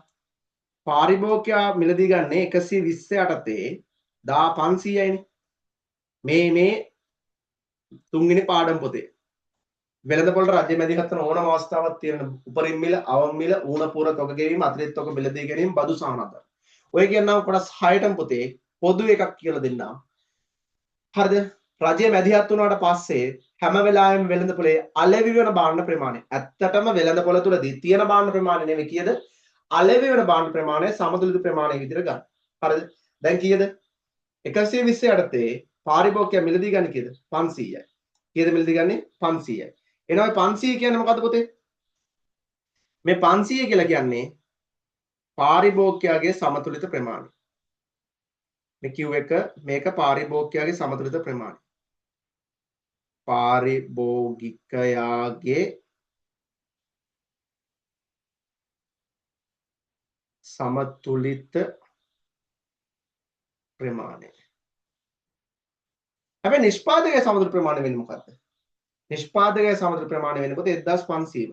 දැන් සර් කිව්වා නේද? මොකද්ද මං කිව්වේ? සර් කිව්වා නේද වෙළඳපොලේ ඇත්තටම අලෙවන භාණ්ඩ ප්‍රමාණය තමයි සමතුලිත ප්‍රමාණය බඩ පත් කරගන්න කියලා. ඔව් පොතේ. ඉතින් හරිනේ. P1 යටතේ හොඳට බලගෙන ඉන්න. P1 යටතේ පාරිභෝගිකයා මිලදී ගන්නේ 500යි. ඒ නිසා තමයි පාරිභෝගිකයේ සමතුලිත ප්‍රමාණය කියලා මේක මම ප්‍රමාණය කියලා ලිව්වේ. හැබැයි P1 යටතේ 120 යටතේ 500ක් මිලදී ගන්නවා දැන් පාරිභෝගිකයා. ඉතුරු 1000 මේ දෙන අතර ગેප් එක මේ භාණ්ඩ අතිරික්තය මෙන්න මෙයා නේ. මෙන්න මේ භාණ්ඩ ඉතුරු 1000 පුතේ 500 පාරිභෝගිකයා මිලදී ගන්නවා. ඉතුරු 1000 දැන් කවුද මිලදී ගන්නේ? ඉතුරු 1000 දැන් කවුද මිලදී ගන්නේ? රජය. ඉතින් 500 පාරිභෝගිකයා ඉතුරු 1000 රජය නම් 1500 මල වෙනවා. 1500 මල වෙනවා. එතකොට 1500 අල වෙන්නේ සපතේ නිෂ්පාදකයේ සමතුලිත ප්‍රමාණය වෙන්නේ කීයද? 1500. කීයද? 1500. එහෙනම් අපිට ලියන්න පුළුවන් මේ Q2ට Q2 කියලා කියන්නේ මොකද්ද? Q2 කියලා කියන්නේ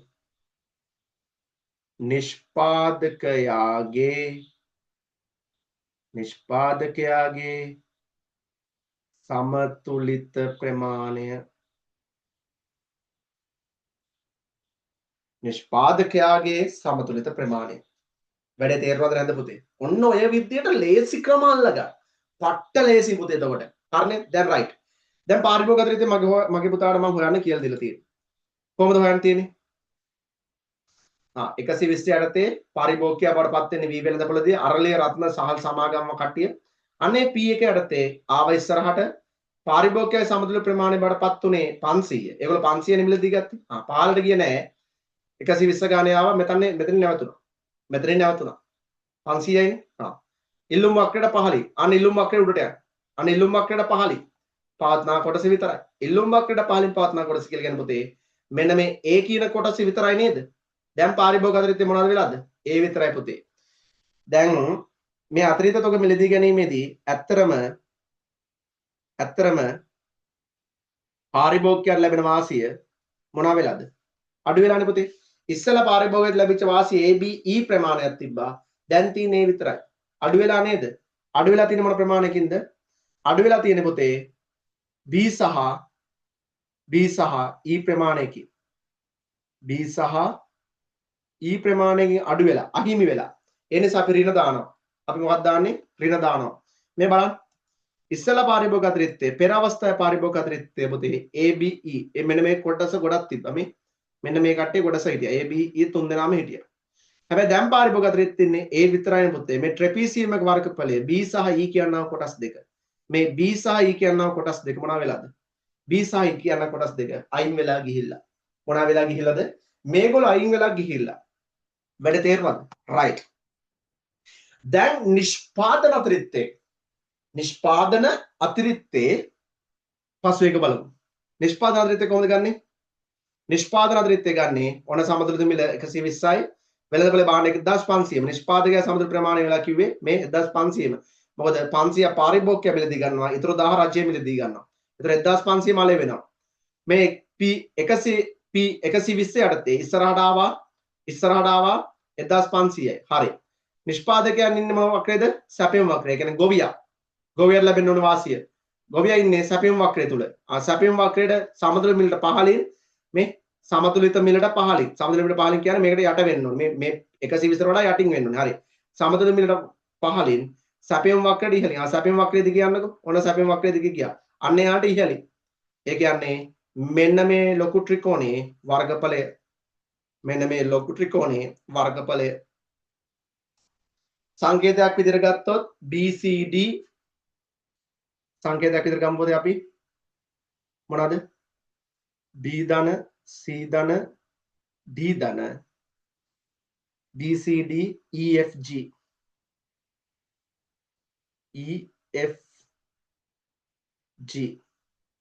ඉස්සෙල්ලා දැන් නිෂ්පාදන අතිරික්තන වල පේනවා පැහැදිලිව වැඩි වෙලා තියෙනවා. ඉස්සෙල්ලා නිෂ්පාදන අතිරික්තය තිබ්බේ මේ CFD ප්‍රමාණයක් විතරයි. CFD ප්‍රමාණයක් විතරයි. ඒ කියන්නේ සමතුලිතයේදී නිෂ්පාදකයට ලැබිච්ච වාසිය CFD විතරයි තිබ්බේ. හැබැයි දැන් නිෂ්පාදන අතිරික්තය මොනවා වෙලාද පුතා? BCG CFD ඒ කියන්නේ මේ ලොකු ත්‍රිකෝණය වලටපත් වෙනවා. ඒතර ඉස්සෙල්ලා තිබ්බේ මෙතන මේ ටික විතරයි නා. CFD විතරයි නා. දැන් තියෙනවා නම් BEG CFD කියලා මේ ලොකු කොටුව පොතේ මොන ප්‍රමාණයකින්ද වැඩි වෙලා තියෙන්නේ? BEG ට්‍රැපීසියම් එක වර්ගඵලයෙන් වැඩි වෙලා. BEG ට්‍රැපීසියම් එක වර්ගඵලයෙන් වැඩි වෙලා. BEG ට්‍රැපීසියම් එක වර්ගඵලයෙන් වැඩි වෙලා. B ධන E ධන G ප්‍රමාණයකින් වැඩි වෙලා. B ධන E ධන G ප්‍රමාණයකින් වැඩි වෙලා. වැඩ තේරුණාද? right. රාජ්‍ය වියදම මොන වියදමද? රාජ්‍ය වියදම. කොහොමද පුතා රාජ්‍ය වියදම හොයන්නේ? right. රජයට ගිය වියදම රජය පුතා මේ රජය මේ දෙන අතර පරතරය 1000ක් පරතරයක් තියෙන්නේ. මේ දෙන අතර පරතරය 1000යි. මේ දෙන අතර පරතරය රජය 120 ගානේ මිලදී ගන්න. ඒ කියන්නේ මේ තියෙන්නේ මම මේ රතු පාට බෝලේ බලන්න යන විදිය මේ යන්නේ හරිද මේ ලයින් එක යන්නේ රජයට යන වියදම. ඒ කියන්නේ මේ ශ්‍රීජු කෝණාශ්‍රය වර්ගඵලය රජයේ වියදම. රජයේ ගාව තියෙන සල්ලි එළියට යෑමක් වෙන්නේ. රජයේ ගාව තියෙන සල්ලි එළියට යවන්න පුතේ ඍණ දාලා පටන් ගන්න ඕනි. ඍණ දාලා පටන් ගලා ලියන්න. හරි නේද? සංකේතයක් විදිහට ගමු අපි. රාජ්‍ය වියදම මම මෙහෙම කරන්න. ඍණ දාලා සංකේත ටික ඇතුලේ ධන කරලා ලියන්න. E F G H I J කොන් රජයට යන වියදම පුතේ. එහෙනම් අතිරික්ත තොග මිලදී ගැනීම යටතේ පස්සේ ES එක හොයනවා නම් ආර්ථික අතිරික්තය හොයනවා නම් පාරිභෝගික අතිරික්තයවත් නිෂ්පාදන අතිරික්තය විතරක් එකතු කරන්න එපා. ඊට අමතරව තව කොටසක් එකතු වෙන්න තියෙනවා. කවුද? රාජ්‍ය වියදම අඩු කරන්න ඕනේ. පාරිභෝගික අතිරික්තයට නිෂ්පාදන අතිරික්තය එකතු කරලා ඒකෙන් රාජ්‍ය වියදම අඩු කරලා ගන්න උත්තරය තමයි පුතේ ES එක බඩපත් වෙන්නේ. දැන් ওই තුන් දෙනා එකතු කරලා ගන්න ඕනේ. එකතු කරලා ගන්න නම් පාලට ගන්න වෙනවා. පාලට ගන්න කලින් දැන් පෙර අවස්ථාවේ දැන් පසු අවස්ථාවෙන් පෙර අවස්ථාවන අපි හැම වෙලාවෙම වෙනස ගන්න මේව කරන්නේ. මෙතන වෙනස ගන්නේ පසු එකෙන් පෙර අවස්ථාව අඩු කළා.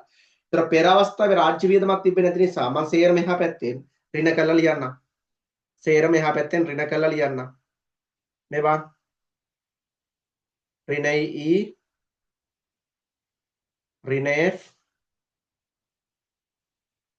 ඍණ G ඍණ H ඍණ I ඍණ J හරිනේ රයිට් දැන් අර ටිකේ පහළට එකතු ගන්න ඕනේ නැත්නම් මේ පැත්තේ මෙහෙන් එකතු කරලා ගත්තත් අවුලක් නැහැ. ඒ කියන්නේ මෙන්න මෙහෙමයි. උතර බලා ගන්න මේ තුන එකතුව පහළට ගත්තත් හරි. මෙහෙම එකතුව පහළට ගත්තත් හරි. නැත්නම් මෙයාගෙන් මෙයා අඩු කරලා මෙතන උත්තරය ගත්තත් හරි. කොහෙන් එන උත්තරේ වුණත් සමාන වෙන්න ඕනේ. හරිනේ. ඉස්සෙල්ලාම අපි මෙන්න මේ තුන් දෙනා එකතු කරලා මෙතන එන ආන්සර් එක ගමුකෝ. මෙතන එන ආන්සර් එක හදාගමු. හරිද? ඒක හදාගන්න මම පොඩ්ඩක් මේ පැත්තට යන්නම්. මේ පැත්තට ගිහිල්ලා මම කරන්න ඉස්සෙල්ලා මට තියෙන ටික ලියා ගන්න. මෙහෙම ලියාගමු. මෙන්න මේ අගයන් ටික ලියාගමු. පාරිභෝගික අතිරික්තය විදිහට A තියෙනවා. නිෂ්පාදන අතිරික්තය විදිහට B C D මොන්ටිසෝරි වැඩක් කරන් තියෙන පොතේ E F G වියදම් බාටපත් වෙලා තියෙනවා. ඍණ E ඍණ F ඍණ G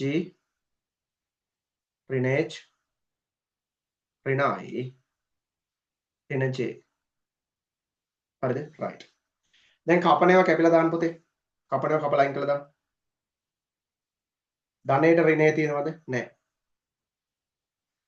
මෙතන ධන E ට ඍණ E කැපෙනවා ධන F ට ඍණ F කැපෙනවා ධන G ට ඍණ G කැපෙනවා ආයෙ මොකද කැපෙනවද පුතේ ධන B ට ඍණ B නැහැ ධන C ට ඍණ C නැහැ ධන D ට ඍණ නැහැ එහෙනම් ධන තියෙනවා ධන විදියට ලියන්න ඍණ තියෙනවා ඍණ විදියට ලියා ගන්න හරි ධන විදියට තියෙනවා ධන විදියට ලියා ගන්න ඍණ විදියට තියෙනවා ඍණ විදියට ලියා ගන්න හරිනේ රයිට් එහෙනම් අපි මෙහෙ ලියාගමු ආපු ආන්සර් එක A B C D ඔය කොටස් හතර ධන අනිත් ඒවා ඍණ ඍණ H ඍණ I ඍණ J හරිනේ රයිට් මම මෙතරම් පහළට ගන්නම් පුතේ මෙතරම් පහළට ගන්නම් මේකේ ආන්සර් එක එතකොට මට වැඩි ලේසි හරිද ඔයා සම්පූර්ණ සුළු කරන්න වෙලාව අරගෙන සුළු කරන්න ඔයා හරි රයිට් මම කළු පෑනෙන් කපන්නම් කැපෙන ඒවා හරි මම මේ තුනේ මෙන්න මේ තුනේ එකතුව පහළට ගන්නම් හොඳේ වෙනසවල් තුනේ එකතුව පහළට ගන්න හොඳේ ධන B ට ඍණ B යනවා ධන E ට ඍණ E යනවා ධන G ට ඍණ G යනවා අනිත් සෙට් එකම අහිමි වෙන සමාජ සුබ සාධනය අහිමි වෙන සමාජ සුබ සාධනය ඍණ E ඍණ F ඍණ H ඍණ I ඍණ J බලන්න කොටස් ටික මොනවද කියලා ඔය කොටස් ටික බලන්න මොනවද කියලා ඔය කොටස් ටික බවටපත් වෙන්නේ මෙතන E F H I J ඒ කියන්නේ පුතේ මෙන්න මේ රාජ්‍ය වියදමනේ මේ රජයට ගිය වියදමනේ මේ තියෙන රජයට වියදම රජයට ගිය වියදමේ මෙන්න මේ G කියනවා කොටස අඩු කරාට පස්සේ G කියනවා කොටස ත්‍රිකෝණ විතරක් අඩු කරාට පස්සේ මෙන්න මේන අනිත් කොටස E F J I H ප්‍රමාණයක පුතේ අහිමි වෙන සමාජ සුබ සාධනයක් තියෙනවා. ඒ කියලා කියන්නේ රජය මේ ගත්ත ක්‍රියාමාර්ගය සාර්ථක වෙලා නැහැ පුතා. ඇයි මං එහෙම කියන්නේ? දැන් ඔයා බලන්නකෝ දැන් මොකද උනේ? දැන් මෙතනදී නම් උනේ ඇත්තම කතන්දරේ උනේ මොකද්ද? ඇත්තම කතන්දරේ බාටපත් උනේ V කිලෝ එකක් 100 යටතේ වෙළඳ පොලේදී V කිලෝ 1000 කලෙ වෙලේ තිබ්බේ. එතනදී සමතුලිතයක් කියලා කියන්නේ ඒ අවස්ථාව තුළදී භාණ්ඩ අතිරික්තයක්වත් හිඟයක්වත් වෙළඳපොළ තුළදී නෑ පුතා. රජයේ හිතුවා නිෂ්පාදකයාට ලැබෙන්න ඕනි මිල 120. කියන්නේ V කිලෝවාට් සඳහා ලැබෙන්න ඕනේ ආදායම 120ක් වෙන්න ඕනි කියලා. ඒ 120 යට අරලි රත්නසාල් සමාගම් මිලදී ගත්තේ 500යි. හැබැයි V කිලෝ 1500ක් වෙළඳපොළට එව්වා. 1000ක අතිරික්තයක් තිබ්බා. ඒ 1000ක අතිරික්තය කවුද වග කියන්න ඕනි? ඔය ප්‍රතිපත්තිය ගෙනාවේ කවුද? ඔය ප්‍රතිපත්තිය ගෙනාවේ රජයනේ. ඒතර රජය ඔකට වග කියන්න ඕනි. ඒතර රජය මොකද්ද කරේ? අර 120 යටතේම අතිරික්ත අස්වැන්න රජය විසින් මිලදී ගත්තා. රජය විසින් මොනා කරාද පුතේ? මිලදී ගත්තා. වැඩේ තේරෙනවද? රජය විසින් මිලදී ගත්තා. එතකොට මොකද්ද වෙන සිදුවන කාරණේ? රජය විසින් ඔක මිලදී ගත්තට පස්සේ රජයට උතනින් පස්සේ දැන් රජයේ මේ වෙද්දි වියදමක් දරලානේ. අර තියෙන රජයේ දරපු වියදම EFGHIJ රජයේ ගාව තියෙන සල්ලි එළියට යාමක් වෙලා තියෙනවා. හැබැයි උතනින් ප්‍රශ්නෙත් රජයේ විශේෂ ප්‍රශ්න ගණනාවකට මුහුණ දෙන්න වෙනවනේ පුතේ. මොනවද අන්නේ කියනවා ප්‍රශ්න? ඇයි පුතේ? ඇයි මොකද වෙන ප්‍රශ්න ටික? ඇයි පුතේ දැන් හිතන්නකෝ ගොවි මණ්ඩලයේ ගිහිල්ලා ගොවි මණ්ඩලේ නිලධාරි මහතුරු ගිහිල්ලා වී ටික මිලදී ගන්නවා. පුතේ කුඹුරේ මම දැන් වී ටික තියන් ඉන්නවා කියලා තමයි. දැන් වී තියාගෙන කුඹුරේ ඉන්න බෑනේ මේ මහතුරුන්ට. රජයේ සේවකින්ට. ඒගොල්ලෝ ඒ ටික අරන් එන්න ඕනේ වී අලෙවි මණ්ඩලයට. වී අලෙවි මණ්ඩලයට අරන් එන්න එපේ පුතේ. වී ගබඩා පර්යන්තර අරන් එන්න එපේ. ඒතර ප්‍රවාහන වියදම ආයෙ හට ගන්නවා පුතේ. කාගේ හරි රජයේ වාහනයක් හරි රජයේ වාහන නැත්තම් පෞද්ගලික වාහන අල්ල ගන්න වෙනවා. ඊට පස්සේ ඒවා පටවන්න ඕනේ. මොකද රාජ්‍ය සේවකයන්ට මුට්ට කර ගන්න බෑනේ පුතා. නේද? නාටම් මහතුරු ටිකක් අල්ල ගන්න වෙනවා වැඩිට. ඊට පස්සේ ගබඩාව පාලනය කරගෙන යන තව නිලධාරීන් ගබඩා නැත්තම් ආයෙ අලුතෙන් ගබඩා හදන්න වෙනවා. නැත්තම් ගබඩා පාලනය කරගෙන යන්න අලුතෙන් නිලධාරී බඳව ගන්න වෙනවා. දැන් ඕවා සමහර වෙලාවට කාලගුණ සංසිද්ධි නැත්තම් සත්තු ඉන්නවනේ පුතේ. මීයෝ ඊට පස්සේ ඔය එක එක සතුන් ඉන්නවනේ ඔයාට හානි කරන. අනේ හානි කරන සතුන්ගෙන් බේර ගන්න කෘමිනාශක හරි වල්නාශක හරි පළබෝධනාශක හරි මොනවා හරි භාවිතා කරන්න වෙනවා. ඒවා ඊට පස්සේ අතීත අස්වැන්න අඩු කාලෙට වෙළඳ පොළට එවන්න නම් හාල් කොටලා සතොසහරා හරි සම්පගාර හරි රජ්‍ය ආයතන මොකක් හරි හරහා බෙදා හරින්න ඕන. හරිද? ඒ බෙදා හරින්නේද ආයතන වාහන ගස්තු යන්න පුළුවන්. ඊට පස්සේ වී මෝල් නැත්තම් වී අලෙවි වී කොටන්න රජයේ මෝල් නැහැ නේ පුතේ දැනුවත් වුණා නේ මම දන්න තරමින් නැහැ. ඒතර ඒ අවස්ථාවේ මොකද කරන්නේ? ඒ අවස්ථාවේදී නැවත වාරයක් මොනා කරන්න වෙනවද? හරිද? ආය පෞද්ගලික අංශයට සල්ලි දීලා වී ටික කොටා ගන්න වෙනවා. රාජ්‍යයට ගොඩාක් වියදම යනවා පුතා. ගොඩාක් වියදම යනවා. ඒ කියන්නේ අවම මිල ගහන එකේ ප්‍රධාන අරමුණ මොකද්ද? ප්‍රධාන අරමුණ බවට පත් වෙන්නේ මොකද්ද? නිෂ්පාදකයාට වාසි කියන එකනේ. ඇත්තනේ පුතා. දැන් මේ බලන්නකෝ. මේකේ නිෂ්පාදකයාට වාසියක් වෙලා තියෙනවද? ඕනේ PS එක වැඩිවීමක් වෙලා තියෙනවනේ. ධන BEG ප්‍රමාණයකින් හරිද? නිෂ්පාදන අතිරික්තය වැඩිවීමක් වුණානේ. හැබැයි නිෂ්පාදන අතිරික්තය වැඩි වෙද්දි මේ බලන්න මම පුතා හොඳට බලන්න වෙනස කොටස බලන්න. මේ BEG ප්‍රමාණයකින් හරිද? පාරිභෝගික මේ නිෂ්පාදන අතිරික්ත නිෂ්පාදකයන් ලැබෙන වාසිය වැඩි වුණාට පුතේ ඊට වඩා වැඩි නිෂ්පාදන අතිරික්ත මේ පාරිභෝගික අතිරික්තය අඩුවීම මේ පාරිභෝගික අතිරික්තය අඩුවීම සහ රාජ්‍ය වියදම මේ රාජ්‍ය වියදම ඊට වඩා බලවත් වීම නිසා හරිද? ඊට වඩා බලවත් වීම නිසා හිමින සමාජ සුබ සාධනෙ ගොඩක් ගිහිලා තියෙනවා. රජයේ වියදම් කරපු සල්ලි ගොඩක් කලාප ගොඩක් වෙලා තියෙනවා මේ සිදුවීම නිසා. ඒ කියන්නේ නිෂ්පාදකයාට වාසි ගේන්න ගිහිල්ලා පාරිභෝගිකයට තලාප වෙලා තියෙනවා. රජයට ගියේ වියදමත් වැඩි වෙලා තියෙනවා. නිෂ්පාදකයාට විච්ච ලාභයට වඩා පාරිභෝගිකයාට විච්ච ලාභයයි රජයට ගියේ වියදමයි වැඩි වීම නිසා මේ අතිරික්ත තොග මිලදී ගැනීම මගේ පුතේ අතිරික්ත තොග මිලදීගෙන ඒවා මුදා හැරීම මේ අතිරික්ත මේ වෙළඳපොලේ බාන්න හිඟ කාලේට ඒවා මුදා හැරීම ඇත්තටම සාර්ථක ක්‍රමවේදයක් නෙවෙයි පුතේ. මේකට වඩාත් හොඳම ක්‍රමවේදය තමයි ඌණ පූර්ණ තොග ගෙවීම. ඌණ පූර්ණ තොග ගෙවීමේදී මෙන්න මෙහෙම දෙයක් වෙන්නේ. ඒ කියන්නේ මෙහෙම දෙයක් වෙන්නේ. ඔය V කිලෝ 1500ම අරලිය රත්න සහල් සමාගම් වලට රජය කියන මිලදී ගන්න කියලා. හැබැයි ඒගොල්ලෝ කවදාවත් ඔය V කිලෝ එක 120 ගානේ මිලදී ගන්න නැහැ පුතා. කීය ගානේද? 120 ගානේ මිලදී ගන්න නැහැ. මේ බලන්නකෝ. හොඳට බලන්න ප්‍රස්තාරදිය. මේ V කිලෝ 1500ම ඔන්න බලා ගන්න. මේ V කිලෝ 1500ම පාරිභෝගිකයා මිලදී ගන්න මිල පාරිභෝගිකයා නිල්ලුම්ක් ඔන්න ඔතන දෙපතේ මේ බා පාරිභෝගිකයා ඉන්න ඔතනනේ පාරිභෝගිකයා මිලදී ගන්න මිල තමයි මේ තියෙන්නේ ඔය P දෙකක් කියලා තියෙන්නේ 1500ම පාරිභෝගිකයා මිලදී ගන්නේ ඔන්න ඔය මිලට ඒ කියන්නේ අර වෙළඳපොලේ තිබ්බ සමතුලිත මිලටත් වඩා අඩුවේ ඒ කියන්නේ 100කට වඩා අඩු මිලකින් තමයි මිලදී ගන්න දැන් අපි ඔතන මිලක් නිර්මාණය කරගමුකෝ දාලා වශයෙන් මම ඔයාලට මේ කියලා දෙන්නේ. මේ කතන්දරේ මොකක්ද කියලා.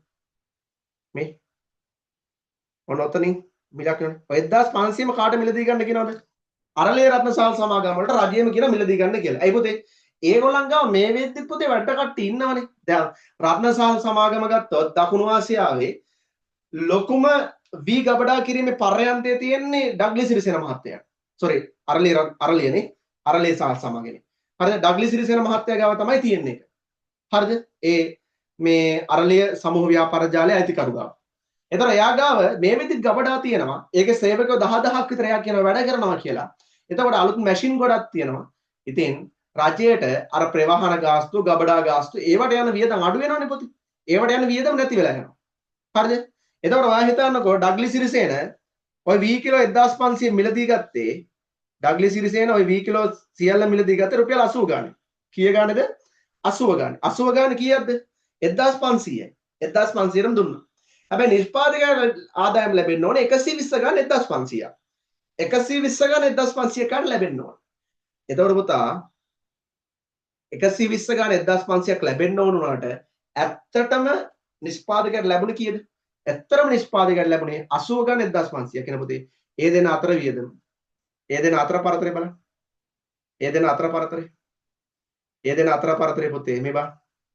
ඒ දෙන අතර පරතරය කීයක් තියෙනවද? 40ක් තියෙනවනේ. නිෂ්පාදකයාට 40ක් මේ නිෂ්පාදකයාට මේ අතර වියදම 40 ගානේ 1500ක් රජය සල්ලි දීලා ඉවර කරනවා. ඒතර රජයට සල්ලි දෙන එක විතරයිනේ පොතේ. ආය ප්‍රවාහන වියදම්, ගබඩා වියදම් ඒවා මුකුත් දෙන්නේ නැහැ.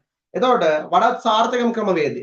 ඒ කියන්නේ අර මේ අතිරික්ත තොග මිලදී ගැනීමේදී මොකද උනේ? අතිරික්ත තොග මිලදී ගැනීමේදී පාරිභෝගික අතිරික්තය අඩු වෙලා, නිෂ්පාදන අතිරික්තය වැඩි වෙලා රජයට අලාභයක් සිද්ධ වුණේනේ. ඒ කියන්නේ මම පැහැදිලිව කිව්වා නිෂ්පාදකයාට ලැබිච්ච ලාභයට වඩා පාරිභෝගිකයාට විච්ච අලාභයයි රජයට ගිය වියදමයි ඊට වඩා වැඩි වීම නිසා අහිමිවන සමාජ සුබ සාධනේ ගොඩක් යනවා. ඒ කියන්නේ මේ සම්පූර්ණ ක්‍රියාවලියේ අලාභ තත්ත්වය ගොඩයි. හැබැයි පොතර තේරුම් ගන්න ඌණපූර්ව තොග ගෙවීම දැන් මෙතන ප්‍රස්තාරය ඉඳලා මම කරන්නේ ඌණපූර්ව තොග ගෙවීමේදී පුතේ පාරිභෝගිකයාට ලැබෙන වාසියත් වැඩි, නිෂ්පාදකයාට ලැබෙන වාසියත් වැඩි. ඒ කියන්නේ පාරිභෝගික අතිරික්තයත් වැඩි වෙනවා, නිෂ්පාදන අතිරික්තයත් වැඩි වෙනවා. අවම් මිල ගෙනාවේ කාට වාසි කියන්නේ නැද? කාට වාසි කියන්නේ නිෂ්පාදකයට වාසි කියන්නේ. ඒක දැන් මේ අතිරික්ත තොග මිලදී ගැනීමේදී ඔප්පු වෙලා තියෙනවා. හැබැයි ඌණපූර්ව තොග ගෙවීමේදී පුතේ පාරිභෝගික නිෂ්පාදකයට විතර නෙවෙයි වාසි වෙන්නේ. එතනදී පාරිභෝගිකයටත් වාසි වෙනවා. හැබැයි ඒ දෙන්නටම සිදුවිච්ච වාසියට වඩා රජයට යන වියදම් පොඩ්ඩක් එතන වැඩි. ඒ වැඩි වෙන නිසා එතනත් අහිමිවන සමාජ සුබසදනයක් තියෙනවා. හැබැයි අතිරික්ත තොග මිලදී ගැනීමට වඩා එතනදී අහිමිවන සමාජයේ ආර්ථිකයට අහිමි වෙලා යන ලාභය අඩුයි. අලාභය අවමයි. අලාභය අවමයි. ඒතර අලාභය අවම ගන්න හොඳම ක්‍රමවේදය අතිරික්ත තොග මිලදී ගැනීම නෙවෙයි පුතා. ඌණපූර්ව තොග ගෙවීම. ඌණපූර්ව තොග ගෙවීම. ඔන්න ඔය විදිහට ඔය උත්තරේ හදාගන්න. ඔන්න මම සම්පූර්ණ තියරි පාර්ට් එකම ඉවර කරා. හරි නේද? තියරි පාර්ට් එක ගොඩක් ලොකු වෙලාවක් අරගෙන ඉවර කරා. පැයකට වඩා වැඩි කාලයක් යන්නේ නැති මේ සඳහා රයිට්. එහෙනම් පොඩි අවසාන වශයෙන් ලකුණු 20 මේ වෙද්දී උපයාගෙන අවසන්. හරිද? ඒ උපයාගත්තේ මේ තියරි කරුණු සියල්ලම කියලා දීලා. හොඳේ. ඔයාලට සම්පූර්ණ තේරුම් අරගෙන මේ අවසාන ප්‍රශ්නේ මම ගොඩක් විස්තර කරා. ඒතර ඒවා හොඳට බලන්න පොතේ. හොඳට බලලා බොක්කටම මේ කියලා දෙන්න. ආයෙත් බලන්න ඕනේ නැහැ මේවා. ආයෙත් ඔයාලට හොඳටම කියලා දීලා තියෙනවා. හරිද? එතකොට මේ ප්‍රශ්නේ හොඳට ආන්සර්යක් ඔය ගොඩනගා ගන්න. හරිනේ? රයිට්. එහෙනම් පොතේ නැවතවර මතක් කරන්න YouTube channel එක subscribe කරලා නැත්නම් subscribe කරන්න. යාළුවෙට recommend කරන්න. ඒ වගේම share කරන්න ඔය අමතක කරන්න එපා. අනිවාර්යෙන් යාළුවෙට. ඒ වගේම ආර්ථික විද්‍යාව සම්බන්ධ මොනවාම හරි කරුණු හරිද අපේ පන්ති වල සහභාගී නොවන දරුවෝ ඉන්නවා නම් මේ නම්බරේට WhatsApp message එකක් දාන්න අපේ පන්ති සමග සම්බන්ධ වෙන online ක්‍රමවේදය හරහා physical හෝ සම්බන්ධ වෙන කැමැත්තක් දක්වනවා නම් මේ නම්බරේට message එකක් දාලා තියන්න පන්ති coordinate කරන කෙනා හරහා මම විස්තර ලබා දෙන්නම් පොතේ හරිද ඉතාමත් සරල ක්‍රමවේද හරහා තමයි අපි ඉගැන්වීම් කටයුතු සිදු කරන්නේ එතකොට ඔය කටට අපිත් එක්ක සම්බන්ධ වෙලා සම්පූර්ණ විභාගයට අවසාන වෙනකම් හරිද අති සාර්ථක වැඩපිළිවෙලක් හරහා යන්නේ පුතේ එතකොට හැම වෙලාවෙම ටියුට් එහෙම වඩ අලුත්ම ටියුට් හම්බෙන්නේ අලුත් කරුණු අප්ඩේට් පුතේ කරුණු හම්බෙන්නේ නැත්නම් පරණ සිලබස් එකට අදාළ අර ඉස්සෙල්ලා 2019 18 වල සිලබස් ආරම්භ වෙච්ච කාලේ හම්බ ටියුට් නෙමෙයි හැම වෙලාවෙම හොඳ ටියුට් එකක් එක්ක වෙන්නේ ඒ වගේම MCQ ලොකු බරපන්ති වැඩපිළිවෙලක් යනවා අපි හරහා. ඒතර ඒ පිළිබඳ සියලු උත්තර උත්තර ගොල්ලෝ ලබා ගැනීම හැකියාව පවතින අපි හරහා. එතකොට ඕල් බටන් එක දාලා තියාගන්න ඔයා අනිවාර්යෙන් හැම වෙලාවෙම. එතකොට අපි අලුත් වීඩියෝ එකක් දාපු ගමන් ඔයාලට ළඟටම ගෙන්වා ගැනීමේ හැකියාව පවතිනවා. හරි පුතේ. එහෙනම් අපි ඊළඟ දවසේ හම්බෙමු. එතකන් ඔයගලන්ට හැමෝටම ජය වේවා. හරි.